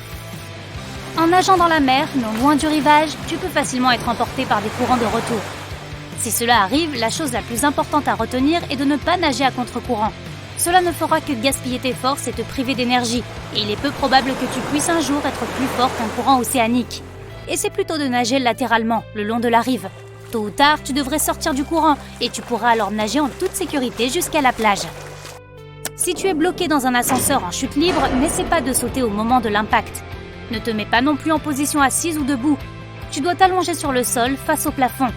Écarte tes jambes le plus possible, couvre ton visage avec une main et mets l'autre main derrière ta tête pour te protéger. Dans cette position, tu réduis la pression exercée sur ton corps lorsque tu tombes. Tu es perdu. Un hélicoptère de secours survole la forêt, mais tu n'as pas de fusée éclairante et tu n'as pas le temps de faire un feu. Utilise un petit miroir ou un écran de téléphone pour réfléchir la lumière du soleil. Dirige le faisceau lumineux vers l'hélicoptère. Les sauveteurs devraient remarquer le flash et voler vers toi pour te sauver. Si tu tombes d'une grande hauteur, essaie de reproduire la position d'un parachutiste. Ta tête et ta poitrine doivent être orientées vers le bas. Écarte tes bras et tes jambes et plie-les à un angle de 90 degrés. Si possible, détermine un endroit pour atterrir. Des buissons ou des meules de foin peuvent amortir la chute. En revanche, la surface de l'eau n'est sans danger que si la chute ne dépasse pas 45 mètres de haut. Avant d'atterrir, essaie de placer ton corps à la verticale. Rappelle-toi qu'il est toujours préférable de tomber en avant qu'en arrière. Protège ta tête et ton cou en fermant tes bras ensemble autour de toi. En fait, rien de tout cela ne pourra vraiment te sauver, mais cela te donnera quelque chose à faire avant de t'écraser comme une énorme pierre qui creusera un cratère sur le sol. Mais bon, si tu tombes du haut d'une falaise par exemple, fais tout ton possible pour décomposer ta chute en plusieurs parties. Et plus elles sont courtes, mieux c'est. Chacune de ces étapes absorbera une partie de l'impact de la chute.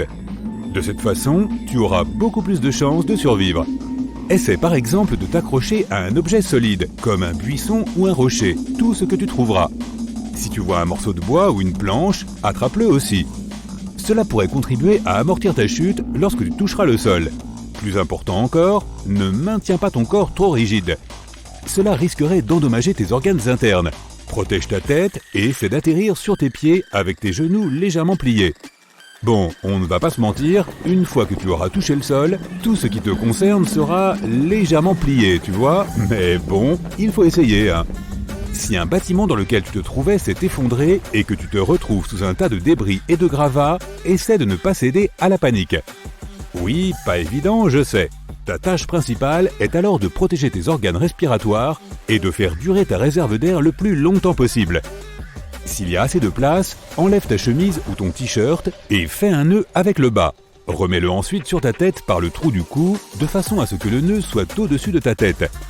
Tu auras ainsi une capuche de fortune qui protégera ton visage de la poussière, du sable et des débris. Elle te fournira également un peu d'oxygène pendant que tu essaies de remonter à la surface. Si tu es coincé dans un ascenseur qui tombe, allonge-toi sur le dos et essaie d'occuper le plus d'espace possible. La graisse et les muscles de ton corps sont compressibles. Ils absorberont une partie de la force de l'impact. Si tu ne peux pas t'allonger, assieds-toi sur le sol. C'est toujours mieux que de rester debout. Tes fesses agiront comme un airbag dans une voiture. Mais quelle que soit la position que tu choisisses, couvre et protège ta tête. La meilleure façon de le faire est de mettre un bras devant ton visage et l'autre sur ta nuque. Si tu te retrouves coincé dans la nature, commence par trouver de l'eau. Vérifie les zones de basse altitude. S'il y a des montagnes, cherche de l'eau au pied des falaises. Si tu réussis à trouver de l'eau de pluie, ne la laisse pas trop longtemps dans un récipient. Elle pourrait s'abîmer. Observe bien les fourmis qui grimpent aux arbres. Il est probable qu'elles se dirigent vers une source d'humidité à l'intérieur de l'arbre. Une bouteille d'eau peut te permettre d'allumer un feu si tu la laisses suffisamment longtemps sous la lumière directe du soleil. La bouteille agira comme une lentille, rassemblant toute la chaleur en un seul endroit. Utilise du feu et de la fumée pour signaler ta présence et avoir de l'aide. Recouvre les flammes avec une grosse branche ou avec une casserole pendant 3 à 4 secondes. Cela permettra de rassembler suffisamment de fumée. Puis, laisse s'échapper ce nuage de fumée.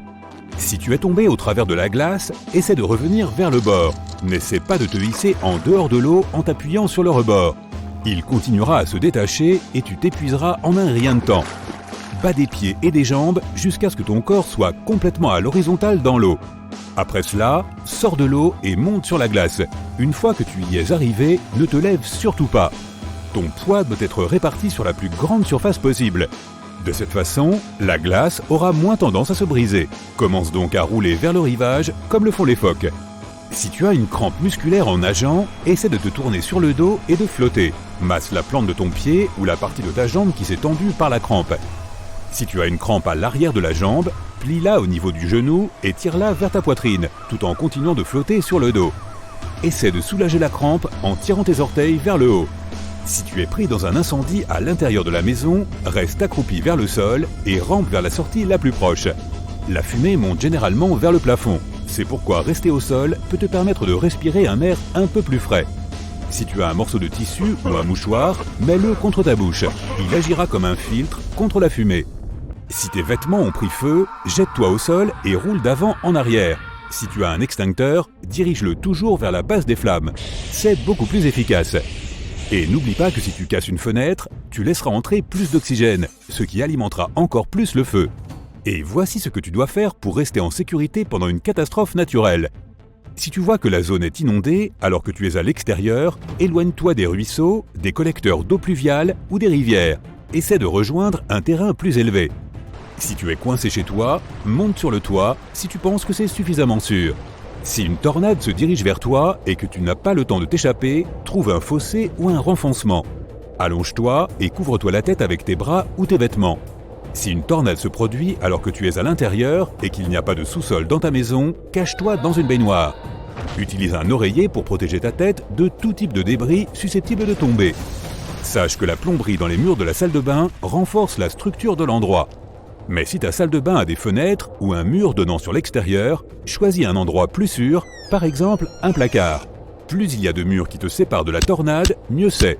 Si tu es dehors pendant un orage et que tu sens soudain tes cheveux se hérisser, c'est le signe que la foudre est sur le point de frapper. Ta peau peut commencer à fourmiller et il est probable que tu entendes des cliquetis ou des bourdonnements. Accroupis-toi immédiatement et place ta tête entre tes genoux. Mais même si tu dois te mettre le plus bas possible, ne t'allonge surtout pas. La seule chose qui doit toucher le sol est la plante de tes pieds. Garde les talons joints, de cette façon, au lieu de parcourir tout ton corps, l'électricité aura tendance à entrer dans un pied et à sortir par l'autre. Tu peux aussi te couvrir les oreilles avec tes mains pour éviter une perte d'audition. Si tu es perdu dans le désert, déplace-toi aux premières heures du matin. De cette façon, tu éviteras les plus grosses chaleurs. Si tu vois une colline ou un autre terrain élevé, grimpe dessus et regarde aux alentours. Tu pourras peut-être apercevoir de la verdure, des bâtiments ou une route. La nuit, une telle opportunité ne s'offre évidemment pas. De nombreux animaux du désert chassent également après le coucher du soleil. Voici comment il faut se comporter avec les animaux sauvages. Si un taureau te charge, reste immobile jusqu'à ce qu'il s'approche, puis lance un vêtement dans la direction opposée. Les taureaux réagissent au mouvement, et en jetant un chapeau ou une chemise loin de toi, tu vas distraire l'animal. Il poursuivra l'objet en mouvement et t'oubliera. Si un requin se dirige vers toi, ne nage pas en panique pour t'éloigner de lui. Tu ressemblerais à une proie que l'animal voudra dévorer. Attends que le requin se rapproche et commence à le frapper avec tes poings. Vise ses yeux, son nez et ses branchies. Ce sont les seules zones vulnérables du corps de l'animal. Si tu rencontres une meute de chiens hostiles, détourne leur attention et éloigne-toi tranquillement. Si l'un des chiens se jette sur toi, place un objet entre toi et les mâchoires de l'animal. Maintenant, disons que tu as accidentellement dérangé un essaim d'abeilles. Et bon, elles s'en prennent à toi. Cours en ligne droite, aussi vite que possible, jusqu'à ce qu'elles cessent de te poursuivre. Une solution encore meilleure consiste à trouver un abri, ta voiture, une maison ou même des toilettes publiques, et de se cacher à l'intérieur. Maintenant, si tu rencontres accidentellement un ours, présente-toi. Non, attends, en fait, tout dépendra de son espèce. Si c'est un grand ours brun, couche-toi par terre et fais comme si tu étais mort. Ça ne devrait pas être difficile. Mais s'il s'agit d'un ours noir plus petit qui attaque rarement les gens, crie et fait semblant d'être plus grand, cela peut t'aider. Tu peux aussi essayer de faire fuir l'ours en faisant semblant de te jeter sur lui. Si tu rencontres un serpent, essaie de ne pas faire de bruit. Si tu as l'occasion de t'éloigner, saisis-la. Mais si tu ne peux pas éviter le reptile, hausser la voix, taper 2 bâtons l'un contre l'autre ou taper du pied peut le faire reculer. Même si les serpents n'ont pas d'oreilles visibles, ils sont sensibles aux vibrations. Et si toutes ces choses t'arrivent le même jour, eh bien, appelle les gens du livre Guinness des records, je pense que tu mérites de figurer dedans.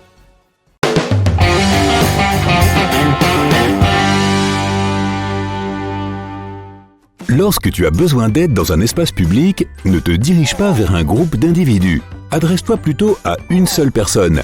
En raison de ce qu'on appelle l'effet du témoin, le groupe de personnes ne saura pas comment t'aider. Cette théorie de la psychologie sociale stipule que les gens sont moins susceptibles de te porter secours lorsque d'autres personnes sont présentes autour d'eux. Ils pensent que quelqu'un d'autre du groupe va forcément aller t'aider et passent donc leur chemin. Si tu conduis en ville ou dans une zone avec des rues qui se croisent à l'identique et que tu penses être suivi, tourne 4 fois à droite ou à gauche. Tu te retrouveras au même endroit qu'avant et si la voiture derrière toi fait aussi la même chose, tu es en effet probablement suivi. Ne rentre pas chez toi et essaie plutôt de les semer. Si tu es à l'extérieur quand un orage s'approche et que tes cheveux se dressent sur ta tête, trouve immédiatement un abri. Si tes cheveux sont dressés, cela signifie que des charges électriques positives traversent ton corps et se dirigent vers les charges négatives de l'orage. Alors tu risques d'être frappé par la foudre. Si tu ne peux pas t'abriter, accroupis-toi sur le sol, sur la plante des pieds. Mets tes mains sur tes genoux et ta tête entre les deux. En te faisant aussi petit que possible, tu minimiseras le contact avec le sol et les problèmes liés à la foudre. Emporte toujours un petit miroir avec toi lorsque tu voyages dans des régions isolées. Il te sera très utile si tu te perds. Si tu restes bloqué dans le désert et qu'un avion passe au-dessus de toi, dirige le miroir vers lui pour réfléchir la lumière. Si tu n'as pas de miroir, fais des signes avec tes bras de haut en bas pour que les avions qui passent au-dessus de toi aient une chance de te voir. Si tu es bloqué quelque part dans ta voiture, ne l'abandonne pas. Il est plus facile pour les sauveteurs de repérer ton véhicule. Contrairement à ce que l'on voit à la télévision, quand quelqu'un est sur le point de se noyer, il ne te fera pas de signe ni pourra crier. Il aura la tête penchée vers l'arrière, submergé dans l'eau. Il essaiera de garder sa bouche à la surface en utilisant ses bras. Lorsque tu vois quelqu'un qui essaie de flotter ou qui bouge dans tous les sens, comme pour se hisser hors de l'eau, c'est qu'il essaie de sortir sa tête de l'eau et il a besoin d'aide urgente. Si tu ne sais pas nager et que tu tombes dans des eaux profondes, ne panique pas. Retiens ton souffle et laisse-toi remonter tranquillement à la surface. Garde ton dos et tes jambes bien droits. Essaie de donner des petits coups de pied pour ramener ton corps à la surface. Si tu essaies de sauver quelqu'un qui ne sait pas nager, ne t'approche jamais directement de lui. Il est probable qu'il te fera couler car il sera en panique. Approche-toi par derrière, glisse ton bras sur sa poitrine et assure-toi que ses mains ne sont pas face à toi. S'il t'attrape, il peut te pousser vers le bas. Essaie de nager en dessous de lui, remonte un peu plus loin et essaie de l'aider à nouveau. Si tu rencontres un grizzly, ce n'est pas ton jour de chance. Ne cours pas et n'établis aucun contact visuel. Parle lentement s'il est encore loin de toi. Mais s'il te charge, reste immobile. Tu ne réussiras pas à le distancer. Parle d'une voix claire et monotone et ne crie pas. Avant de partir, tu peux faire des recherches pour voir s'il y a des grizzlies à l'endroit où tu voyages, pour emporter une bombe au poivre ou un répulsif à ours. Si un ours se trouve à moins de 7,60 m de toi, utilise le spray. S'il t'attaque, mets-toi en boule et allonge-toi par terre. Reste tranquille, ne bouge pas et ne panique pas jusqu'à ce qu'il s'en aille. Si un ours polaire te poursuit, mais qu'il est loin, essaie d'enlever quelques vêtements. Un chapeau, un foulard ou une chemise et pars en courant. Les ours polaires ont une courte durée d'attention et ils peuvent s'arrêter pour renifler tes vêtements. Cela te donnera le temps de te mettre à l'abri. Si tu as eu une rencontre avec les deux ours, rappelle-moi de ne jamais partir en vacances avec toi. Passons à autre chose. Si quelqu'un s'étouffe, mais qu'il peut tousser, n'interviens pas. La toux signifie que l'air peut entrer et sortir, et qu'il y a une obstruction partielle de ses voies respiratoires. En l'aidant, tu pourrais provoquer un retour d'air qui pourrait soit forcer l'évacuation du danger, soit déloger l'obstruction et provoquer un blocage complet. Laisse la personne simplement tousser. Donne ton aide que lorsqu'elle ne peut pas respirer ou tousser. Lorsque tu es pris dans un courant de retour dans la mer, ne nage jamais contre lui. Tu te fatigueras et cela ne se terminera pas bien. Nage vite et en suivant une ligne parallèle à la plage. Mais reste calme et ne t'affole pas. Mais si tu t'éloignes, tu finiras par échapper au courant et tu pourras retourner vers la plage. Les pouces sont la partie la plus faible de la main, là où il y a le moins de force et de résistance. Si quelqu'un te prend par le poignet, ne tords pas ton bras dans sa main. Essaie de le repousser en commençant à l'endroit où se trouvent ses pouces. Préviens le ministère des Affaires étrangères si tu vas à l'étranger. Aux États-Unis et dans certains autres pays occidentaux, tu peux dire au ministère des Affaires étrangères que tu vas à l'étranger. En cas de catastrophe naturelle ou de conflit politique, ils sauront que tu dois être évacué.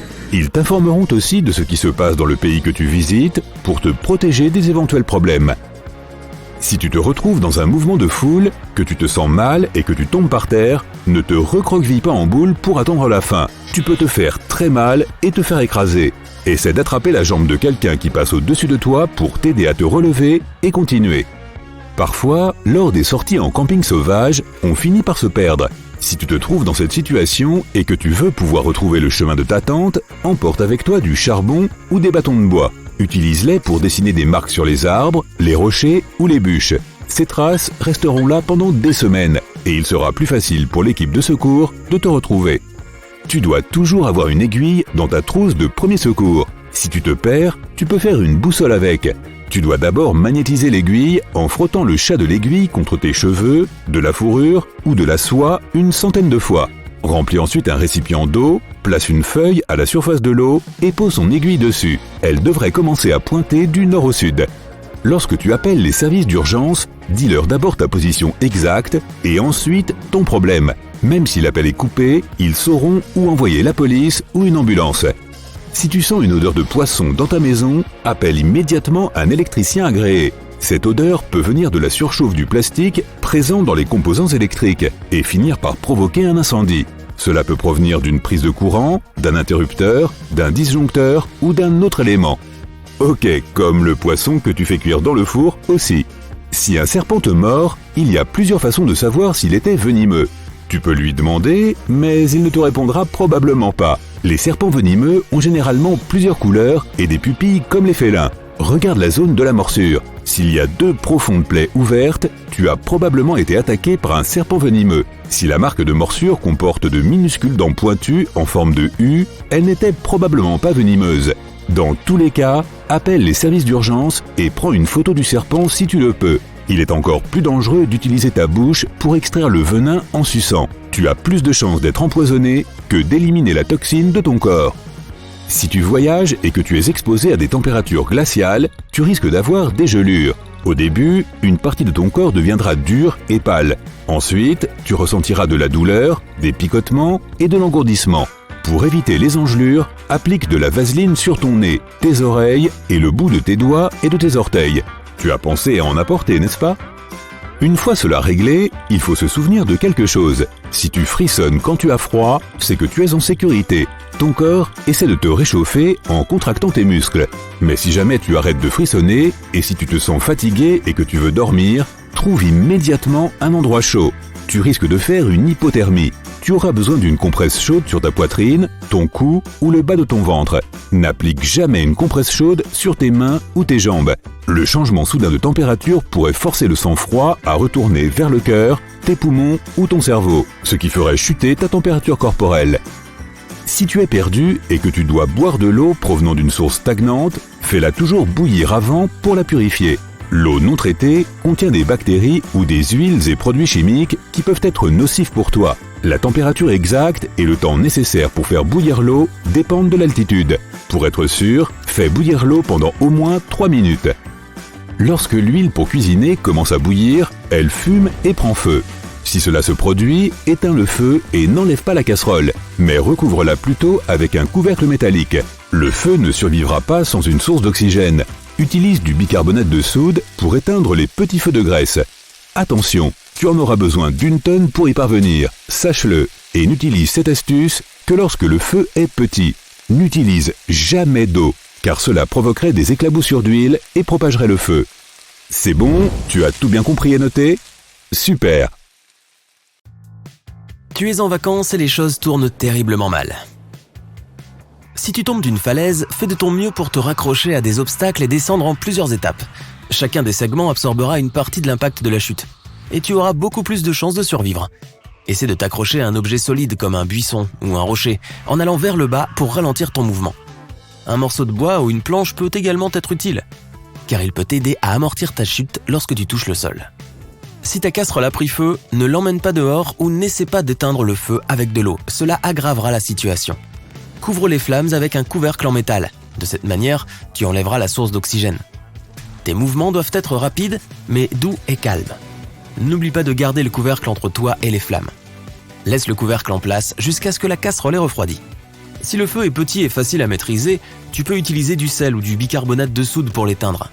À propos, l'utilisation de levures chimiques, de farine ou d'autres poudres de cuisson qui ressemblent à du sel ou du bicarbonate de soude est un non absolu. Ils ne te seront d'aucune aide car leur composition chimique est différente. Si tu te retrouves dans une foule en panique, ta tâche principale est de créer un peu d'espace autour de toi. Pour ce faire, garde tes mains près de ta poitrine, tes bras pliés au niveau du coude. Les boxeurs utilisent souvent cette position pour protéger leurs organes vitaux. Ne traverse pas le chemin de la foule. Déplace-toi avec elle en dérivant lentement vers l'un de ses côtés. Fais attention à ne bloquer le passage à personne, car dans ce cas, tu pourrais être poussé au sol. Si tu es avec ta famille, mets l'enfant sur tes épaules et laisse les membres les plus faibles de la famille passer devant toi. De cette façon, tu pourras contrôler le mouvement et tu ne perdras personne. Si quelqu'un t'attaque par derrière dans la rue, écrase-lui le pied. Fais-le avec toute la force dont tu disposes et vise le haut du pied. Cela peut endommager ou même briser plusieurs os du pied, ce qui compliquera la tâche de l'agresseur s'il décide de te poursuivre. Si tu es enfermé dans un coffre de voiture, essaie d'envoyer un signal SOS aux personnes qui se trouvent à l'extérieur. Pour ce faire, cherche les fils des feux arrière. Il y en a généralement au moins 2 pour chaque feu. Trouve quelque chose de pointu dans le coffre et coupe un de ces fils. Lorsque tu reconnecteras les extrémités, la lumière clignotera. Si les freins de ta voiture arrêtent soudainement de répondre, demande aux passagers, si tu en as, de s'assurer que leur ceinture de sécurité est bien attachée. Ensuite, allume les feux d'urgence, informe les autres conducteurs que tu as une urgence en utilisant ton klaxon et tes phares longue portée. En cas de mouvement brusque et fort, appuie sur la pédale de frein. C'est ainsi que tu pourras créer une pression dans le système de freinage. Ensuite, rétrograde prudemment et mets le levier de vitesse en position L. Si la voiture est équipée d'une boîte de vitesse mécanique, appuie sur la pédale d'embrayage. Ensuite, utilise les freins manuels, mais très lentement. Un mouvement brusque et ta voiture commencera à dériver. Pour ralentir ta voiture, tu peux aussi essayer de tourner à gauche et à droite en passant d'une rangée à l'autre. Si tu es tombé à travers la glace dans de l'eau gelée, essaie de revenir au bord de la glace. Ne t'en sors pas en la saisissant. Le bord continuera à se briser et tu t'épuiseras en un rien de temps. Donne des coups de pied dans tes jambes jusqu'à ce que ton corps soit positionné horizontalement dans l'eau. Ensuite, sors de l'eau et mets-toi sur la glace comme un phoque. Une fois que tu y es arrivé, ne te lève surtout pas. Reste étendu, de cette façon ton poids sera réparti sur une plus grande surface. La glace aura alors moins de chances de se briser. La manière la plus efficace d'aider une personne qui s'étouffe est d'exécuter la manœuvre de Heimlich. Mais que faire si tu t'étouffes pendant que tu es tout seul ? Forme un point avec une main et place le côté du pouce au-dessus de ton nombril, mais en dessous de ta cage thoracique. Saisis ce point avec ton autre main et penche-toi sur le bord d'une table ou d'une chaise. Puis commence à appuyer sur la partie supérieure de ton abdomen en effectuant des poussées rapides vers le haut. Répète-les jusqu'à ce que le corps étranger ressorte. Tu peux également te mettre sur tes genoux et tes coudes et ensuite lancer tes bras en avant très rapidement. Tu tomberas à plat sur le sol, les bras tendus devant toi et ta poitrine et ton ventre heurteront le sol. Cela va pousser l'air hors de tes poumons et avec un peu de chance, déloger l'objet coincé dans tes voies respiratoires. L'ensemble du processus sera douloureux mais il peut te sauver la vie. Si tu es en mer et que tu aperçois un tourbillon qui vient vers toi, ne panique pas. Si tu comprends de quel côté il tourne, déplace-toi et utilise le courant du tourbillon pour te catapulter hors de danger. Si tu commences à le combattre, tu risques d'être attiré à l'intérieur. Il est également possible qu'un tourbillon se dissolve ou s'affaiblisse plus près du fond. Si tu es pris au piège, respire à fond et attends une opportunité pour nager vers le haut et la direction opposée. Si tu es coincé dans un ascenseur qui chute, allonge-toi sur le dos et essaie d'occuper le plus d'espace possible. La graisse et les muscles de ton corps sont compressibles. Ils absorberont la force de l'impact. Si tu ne peux pas t'allonger, opte pour la position assise. Elle est toujours meilleure que la position debout. Ton dos agira comme un airbag dans une voiture. Mais quelle que soit la position que tu adoptes, essaie de te couvrir la tête. La meilleure façon de le faire est de mettre un bras devant ton visage et l'autre à l'arrière de ton cou. Un orage peut te surprendre en plein air et tu n'auras nulle part où te cacher. Agenouille-toi ou accroupis-toi en plaçant ta tête entre tes genoux et en couvrant tes oreilles avec tes mains. S'il y a un objet de grande taille dans la zone, ne t'en approche pas. Il doit y avoir une distance d'au moins 2 hauteurs d'objets entre toi et cette chose. Les autres personnes comptent aussi. Si tu es pris dans une tempête avec un groupe d'amis, dispersez-vous jusqu'à ce qu'elle passe. Si tu te retrouves coincé sous des débris, par exemple lors d'un tremblement de terre, ta tâche principale est de protéger tes organes respiratoires. Tu dois aussi faire en sorte que ton alimentation en air dure le plus longtemps possible. Enlève ta chemise et fais un nœud dans le bas. Puis remets-la sur ta tête par le trou du cou. Le nœud doit se trouver sur le haut de ta tête. De cette façon, tu obtiendras une cagoule de fortune qui protégera ton visage de la poussière, du sable et des débris. Elle te fournira également un peu d'oxygène pendant que tu essaieras de remonter à la surface. Si tu vois une tornade se rapprocher et que tu n'as pas de sous-sol dans ta maison, allonge-toi dans une baignoire. Utilise un oreiller pour protéger ta tête de toutes sortes de débris qui pourraient tomber. Les experts affirment que la plomberie dans les murs de la salle de bain ajoute une résistance structurelle à cet endroit. Mais si ta salle de bain a des fenêtres ou un mur extérieur, opte pour un endroit plus sûr, par exemple un placard. Plus il y a de murs qui te séparent de la tornade, mieux c'est. La fumée est la chose la plus dangereuse dans un incendie de maison. Si tu te retrouves piégé dans un bâtiment en feu, reste bas et rampe vers la sortie la plus proche. La fumée monte généralement jusqu'au plafond.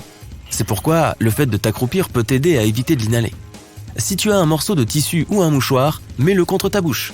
Il agira comme un filtre contre la fumée. Si tu es coincé dans des sables mouvants, fais tout ce que tu peux pour garder ta tête et tes bras au-dessus de la surface à tout moment. Commence à remuer doucement tes jambes. Les sables mouvants devraient remplir l'espace qu'il occupait autrefois. Dès que tu le peux, étends-toi sur le dos. Cela augmentera ta surface. Continue à faire de petits mouvements jusqu'à ce que tes jambes soient libres. Tu peux aussi faire des mouvements de dos avec tes bras. Cela t'aidera à sortir tes jambes. Si tu es pris dans une avalanche et que tu es traîné par une énorme masse de neige, essaie de rester au-dessus de celle-ci. Pour ce faire, fais des mouvements de nage avec tout ton corps comme si tu allais à contre-courant de la rivière. Lorsque tu sens que l'avalanche ralentit, essaie de soulever quelque chose à sa surface. Il peut s'agir de ton bras, de ta jambe ou d'un bâton de ski. De cette façon, les sauveteurs te trouveront plus facilement. Avec l'autre main, crée une petite poche d'air devant ton visage. Essaie de ralentir ta respiration pour économiser le plus d'air possible. En résumé, si toutes ces choses t'arrivent encore et encore, tu n'as pas beaucoup de chance, n'est-ce pas ? Alors s'il te plaît, ne m'invite pas à te rejoindre lors de tes prochaines vacances.